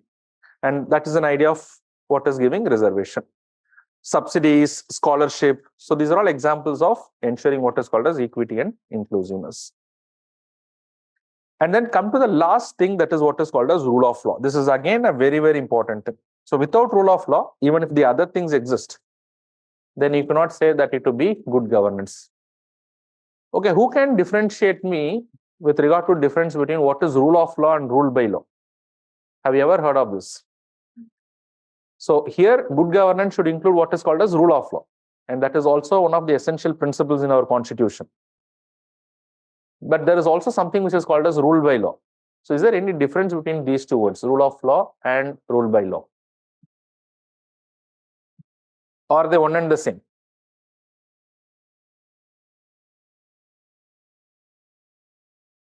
Which is a better version, or both are the same thing? Or is there a difference between these things? Which is better? So what is problem with rule by law?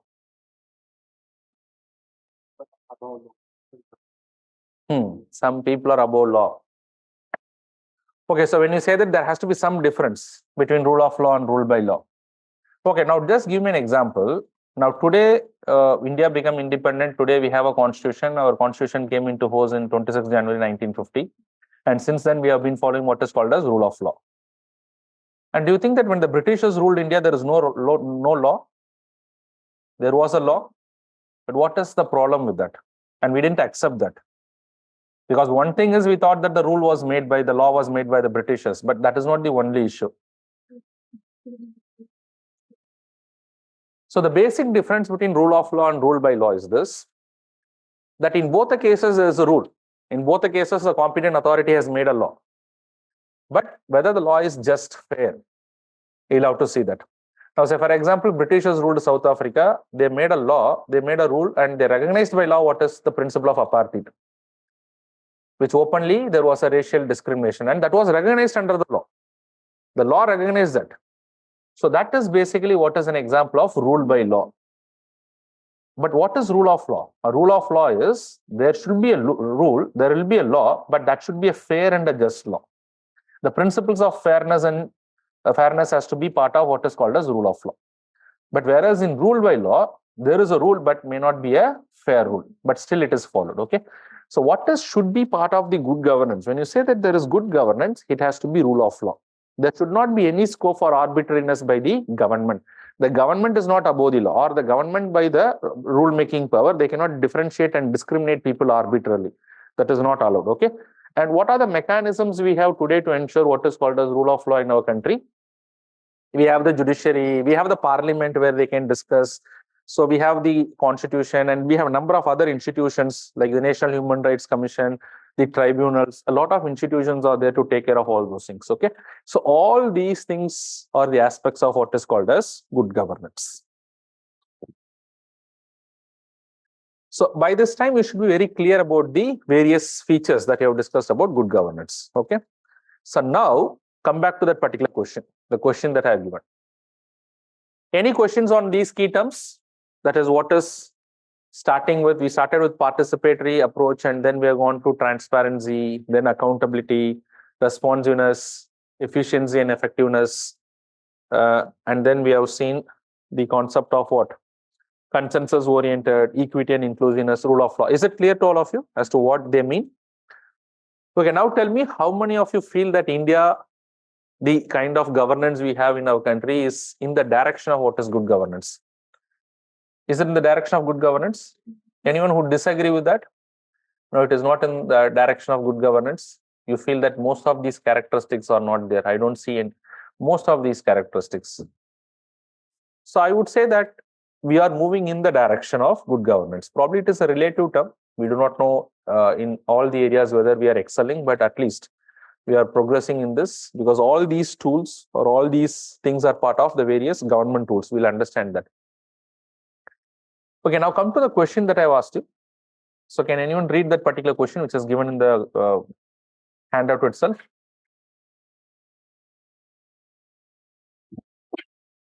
Can anyone read it out from the beginning loudly?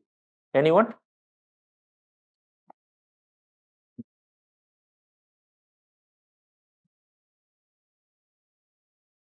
Just read out the question. Yes. What do you understand by participatory approach in governance? What do you understand by participatory approach? In the governance, do you think people's participation in governance can lead to good governance? Justify with suitable illustrations. Justify with suitable examples or illustrations. So the first part is what you understand by participatory governance. So the first part of our answer has to explain as to what you understand by participation in the governance with 1 or 2 examples. Now, the second thing is, do you think participation can lead to good governance? And I think you have wonderfully said in the beginning of the class itself that how we relate this participation to the other areas of good governance. If you can relate that, then your job is done. But for that, you need to have an example. So now I'll take 2 case studies for that. One is the Right to Information Act. Another is social audit. I don't think we have the time to cover both the things. Right to Information Act, I'll cover today. Social audit, we'll cover it in the next class. Okay, so write down the next topic, that is Right to Information Act. And remember, both this Right to Information Act and social audit, both are examples or both has to be covered under transparency and accountability topic also. Because I'm covering it here, I will not cover it there. Okay. Otherwise, it can come, it can be asked in that particular topic also. First write down the Right to Information Act.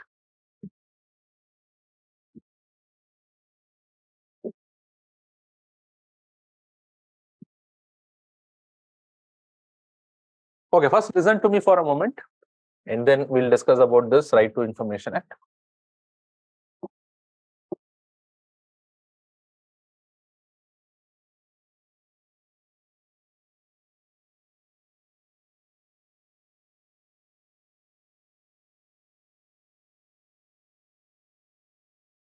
Right to Information Act 2005. Okay, so there's a little bit history behind this. I'll just briefly explain you. It is not very important. So what is important to you is you just have to know the provisions of this.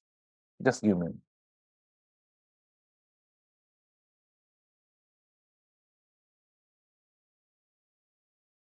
Can anyone call me some support people if they are there? Right?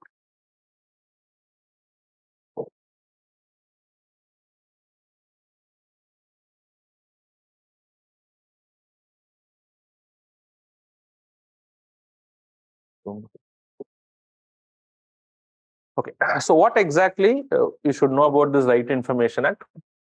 In fact, this Right to Information Act was also through a community movement. A community movement has happened in the state of Rajasthan. And then subsequently, the government was forced to bring out a information law, Right to Information Act.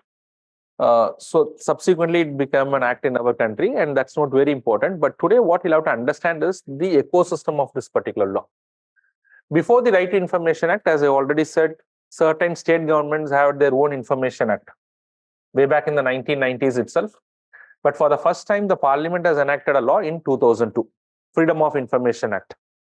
And that Freedom of Information Act was never notified. But what was notified by the government is the Right to Information Act. It's a far better version of the Freedom of Information Act.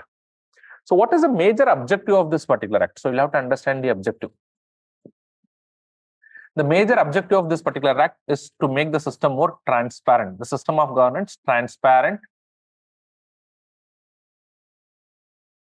and accountable. So that's the major objective. They wanted to make the government functioning more transparent in nature and make them more accountable in nature. And for which, what are the major provisions of this particular act? Okay, so most of these information are there in the slide also, maybe a little more here, but you can refer to the things also there. So what is the major provisions that they have brought in as a part of this particular act to ensure this? First of all, there has to be some mechanism to provide information to the people on request. Okay, so they can file what? Information request.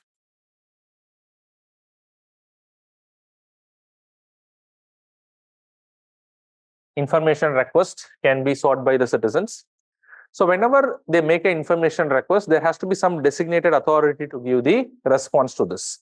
And for which the act mandated that every department should have a PIO, Public Information Officer.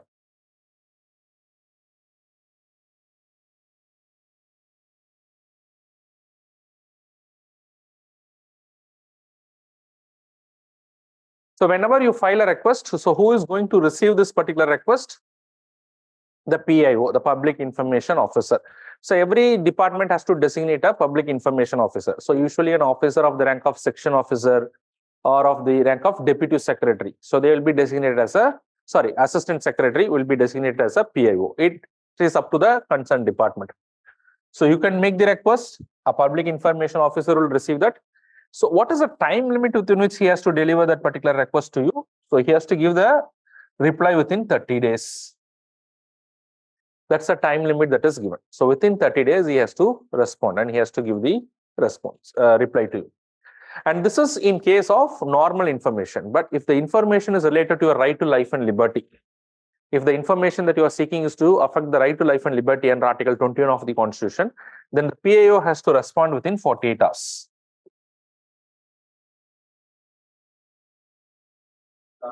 The last point.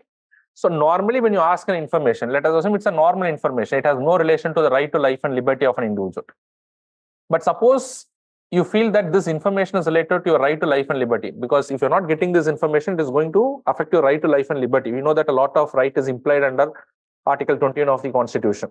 So any of that is associated, then in that particular case, the PIO has to respond and give the information within 48 hours after receiving this particular information. That's the time limit he has got. Otherwise, within 30 days. And apart from this, as a part of this Right to Information Act, the Act also provides for what is called as voluntary disclosure of information.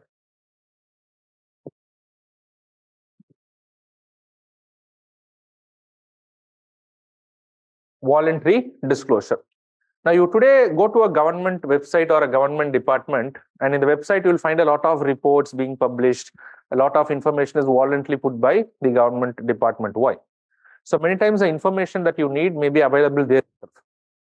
So most of the information has to be voluntarily disclosed as far as possible. And apart from that, if you're not able to get any information, access any information, then you can file a specific request. Okay, now you file a request to the public. It goes to a public information officer. The public information officer gives you this particular information within the stipulated timeline. There's a provision for voluntary disclosure also. But what if you're not happy with the information that is given by the public information officer? You feel that the information he has given is not convincing you. Then where you can appeal? So against the order of the public information officer, you can appeal to the superior authority, who is the first level of appeal. His immediate superior within the department. This is the first appeal.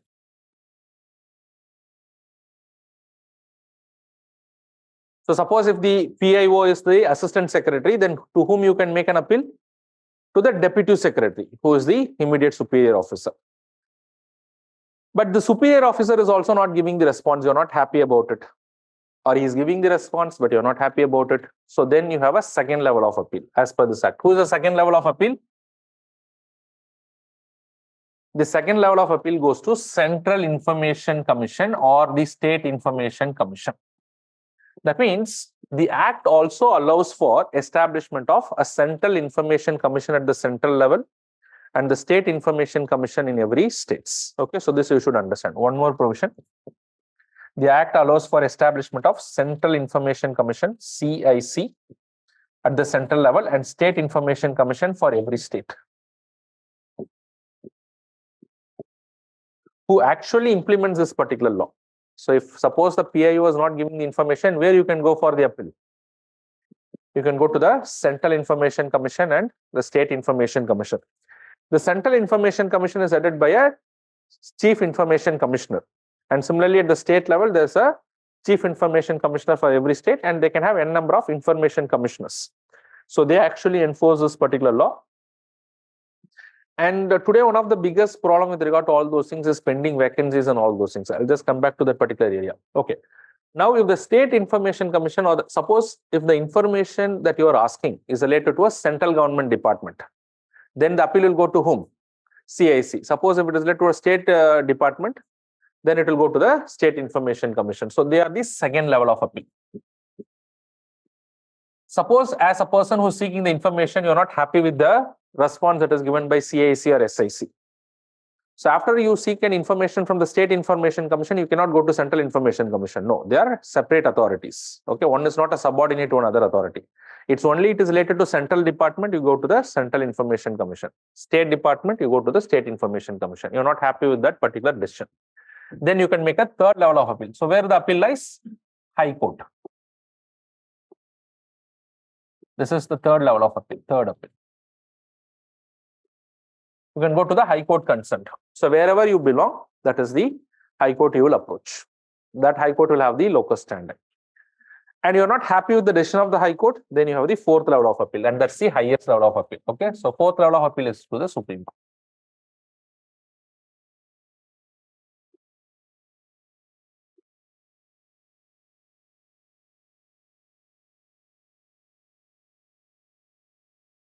All right, so this is what the law says. So now, as an empowered citizen, you have the right to seek the information, and that information has to be given by the PIO.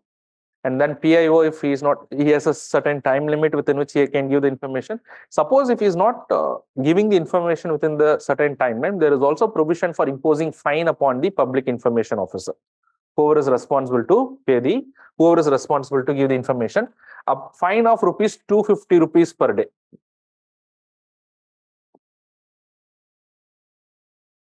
How much fine may be imposed? A fine of rupees 250 per day, which is in excess of that 30 days. So after 30 days, for every day that it is pending, every day is 250 rupees fine, subject to a maximum of 25,000 rupees. So starting from 250 rupees per day, how much is the maximum fine? 25,000 rupees. Okay, so that is what the law says. And most importantly, so these are all positive things, but one of the biggest disadvantage as per the critics is there is a lot of exemptions under this particular law.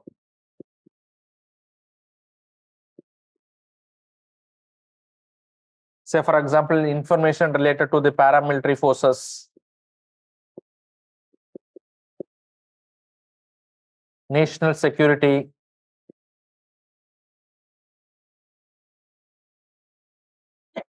classified information, information covered under the Official Secrets Act. Now, all these informations may not be revealed. So, although on the one hand, the citizens can seek the information, there's a lot of exemptions under the Right to Information Act. A number of information can be denied. Okay, that's one of the drawbacks that we'll discuss later. So, these are the major provisions of the Right to Information Act. Okay, so this is the broader framework that you should have in your mind about the Right to Information Act. Now, I'll discuss about the other areas also, but before I go to the other areas, what are the challenges, what are the suggestions to improve upon this particular law? But you now just tell me how this Right to Information Act can lead to what is called as good governance. So what is the major objective of this Right to Information Act? Does it make the system more transparent and accountable? Is it allowing the citizens to seek the information? So seeking information from the government means it is making you to participate in the system of governance, and then you are getting the information. That makes the system more transparent. And through the information that they have got, many times people have gone to the courts. And the courts have asked them, and that is also making the system more accountable. Say, for example, now there were a lot of PDS misuse in our country, a lot of food grains that were given to the public distribution system. In the name of the beneficiaries, it is allocated, but the beneficiary is not getting it. Subsequently, number of PIL has been filed. So they have sought a list of who are the beneficiaries, on which day you have given how much amount of food grain. So they have to take some signature from the beneficiaries and all those things. So through this, they found out a lot of food grain which is allocated to the PDS has been diverted. And later it has gone to the court. Now the court mandated that they have to display a list of beneficiaries and against how many beneficiaries have received how much amount of food grains, because many of the PDS were not functional in our country. And in fact, they don't open the PDS, or they open the PDS for 1 hour and then they shut it down saying that the grains are not available. So now it is mandatory for the PDS to, for every week, they have to put down how much stocks they have got and for how many people they have distributed the supplies. So in this way, is it promoting the transparency? Is it promoting the accountability? So all these things were enabled based on the information that they got through the Right to Information Act, and now people are able to enforce this effectively. So is it making the system more responsive? Of course, it is making the system more responsive. It is making the system more efficient and effective. So one more example that I can give you is, if you come to this particular slide, you just look into the slide. So one more example that I can give as a part of this.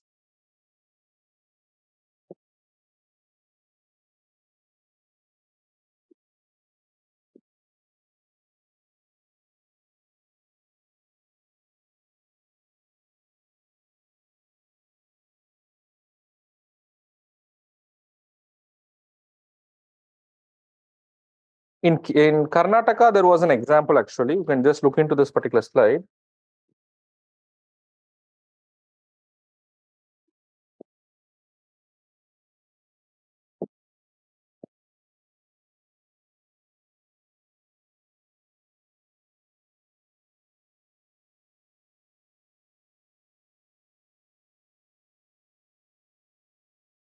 Okay, so you can see it here.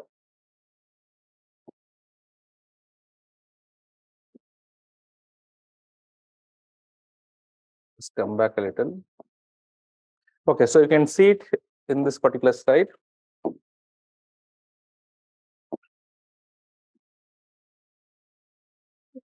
Okay, so you can see it here exactly that one area where it has effectively played a very important role is with regard to the public distribution system. So it now mandated through various RTI that has been filed.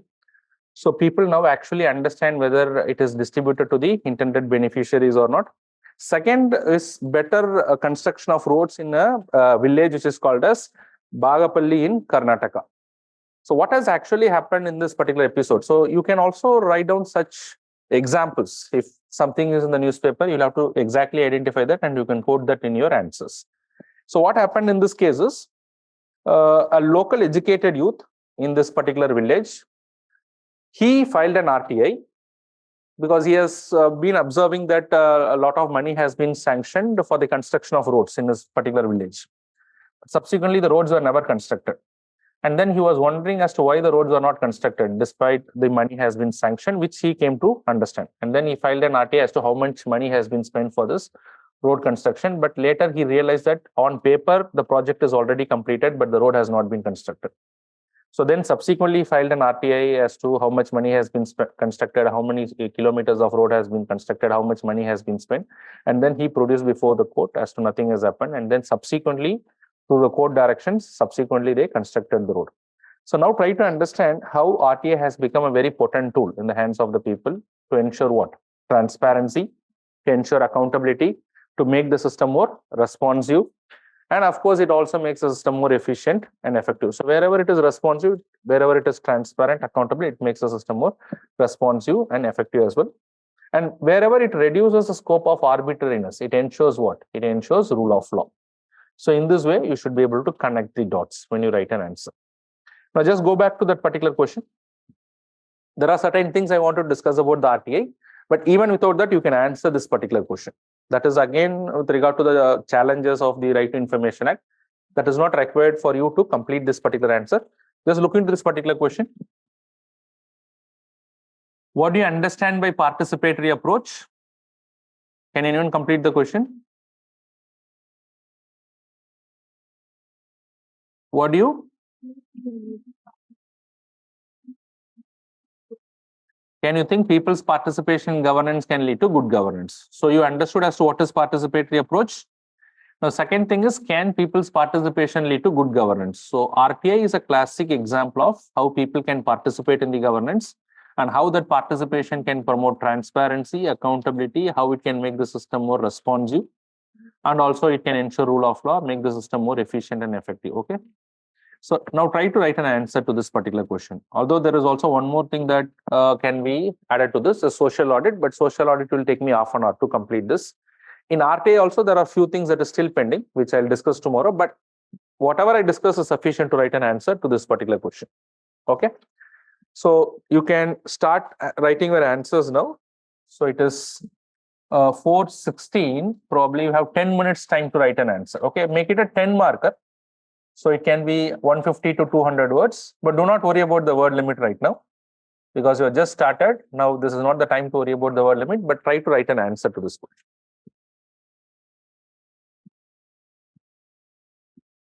And don't be concerned about the quality of answers. All that it is necessary right now is you write an answer.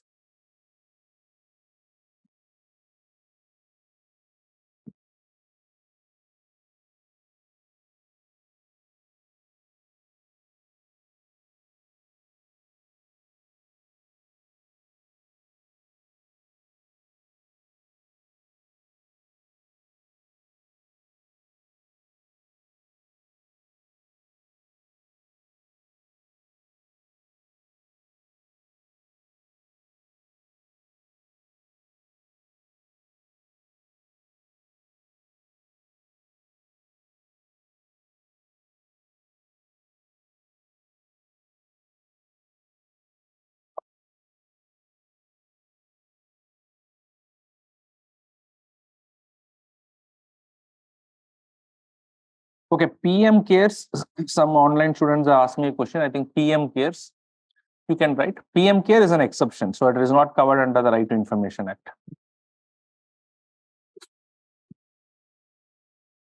Which is again a criticism. Many critics are saying that it should be brought within the ambit of RTI.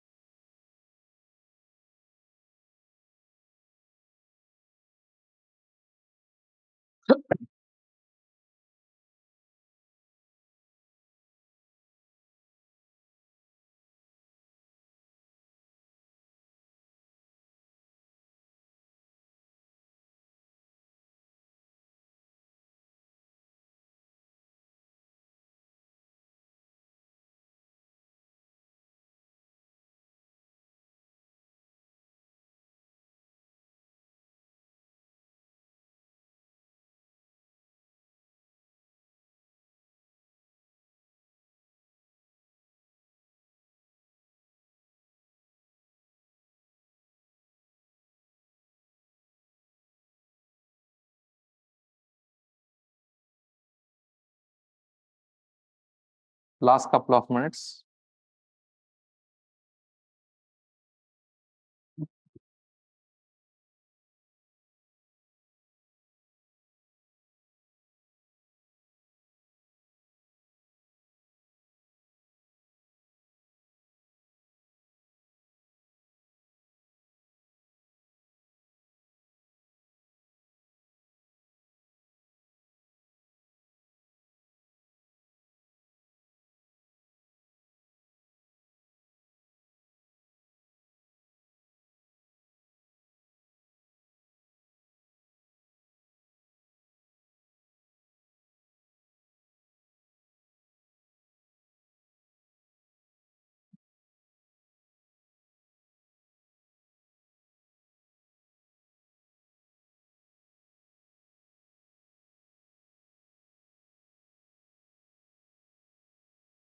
Try to conclude your answers.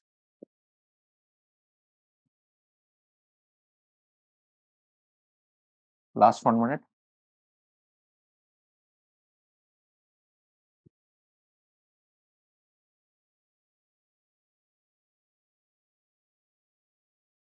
Last 30 seconds.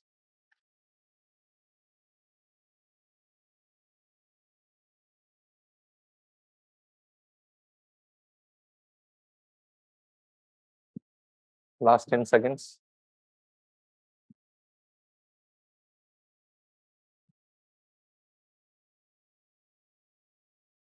Okay, please stop. No issues whether you have completed or not completed. The idea is that you initiate writing. That is what is very important. And gradually over a period of time, if you keep writing, automatically it will improve. That is not no doubt in that. Okay, now any volunteer who wanted to read out their answers, if you are comfortable. So I'm not, this is not a mandatory exercise. Just want to see if you feel comfortable, yes, and if you're confident. So, but personally, when I was a student, I have never read out my answer. So there is nothing wrong if you're not reading it out. And I was able to clear this examination. So if you're not reading it out, it doesn't mean that you're not in a position to clear this examination. But yes, if you want to read it out, you can read it out. It is up to you. Just to see that how you have written the answers. And then probably I can suggest certain things so that the other students can also hear it. That is the idea behind this exercise. If you're not interested in doing that, personally also you can show it to me. That is not an issue. I'll just give my comments on that. Okay. As and when I get the time, I'll just after the class or something, or before the class, you can just show it to me. Okay, that is not an issue. But just what is important in this particular question? So in this particular question, see, look into this. The first part of just read. Whenever you read a question, you just try to identify what are the key words in that particular question. Can someone tell me what are the keywords in this particular question? And your answer should reflect those keywords. And if you know that you are doing that, then most of your part in the answer is done. You should not leave out any of the keywords that is there in the question. Participatory approach, good governance. That is participatory approach. Yes?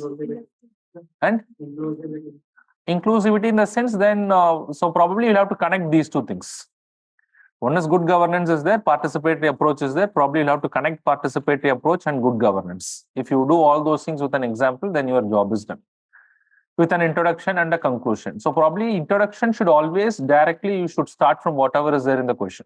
So there are two ways of starting this particular question, in my opinion. Either you can start explaining as to what is a participatory approach, or somebody can start with what is good governance. From there also you can go, and it depends upon how you take it from there.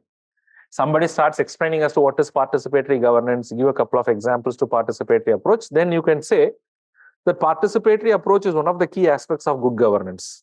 In that way you can connect it, it is up to you. Or someone can start with directly what is good governance. And then you can say participation is one of the key aspects of good governance. And then you can do the examples. So probably, but these two things are very important. So once you start with participatory approach and then you want to connect that with good governance, so then probably you'll have to establish a connection between participation and good governance. Probably I think most of you use the RTA as an example as to how to connect it. So tomorrow in the next class, I'll also take up one more thing, that is the social audit, which is also an example. I also wanted you to write an answer with the social audit also, but not here in the class because we do not have, but whenever you are free, you can practice that in the home, okay? So tomorrow what you will do is, So whoever is comfortable, I'll come little early, probably half an hour early. So probably if you have the time, you can come and show it to me, okay? But not after the class because I have another assignment after the class. So there's no time for me to do it after the class. But before the class, you can come. And probably at 1:30, whoever is interested, you can come and share your copy. I'll just give a comment on those things, okay? In this way, you can improve your writing, okay? So before I wind up the class, any questions from any of the students? What is advisable is that you go and revise this. Today, it will not take you more than half an hour to consolidate whatever you learned in the class. But if you do this exercise, it will get into your long-term memory. Probably after the second class. Before you come to the third class, you should have revised whatever you have gone through in the first two classes. Then you come to the third class. When you come to the fourth class, whatever you've done in the first three classes. So the second time, third time you revise, it won't even take you 5 minutes for you to revise what has happened earlier. So you can just do it and gradually it will get into your long-term memory. All right. So in this way, we'll try to write some answers also. We'll build the concepts also, which will be useful for you in the examination. All right. So thank you very much. All the best and God bless. We'll meet tomorrow. Okay. Same time. Okay. Thank you.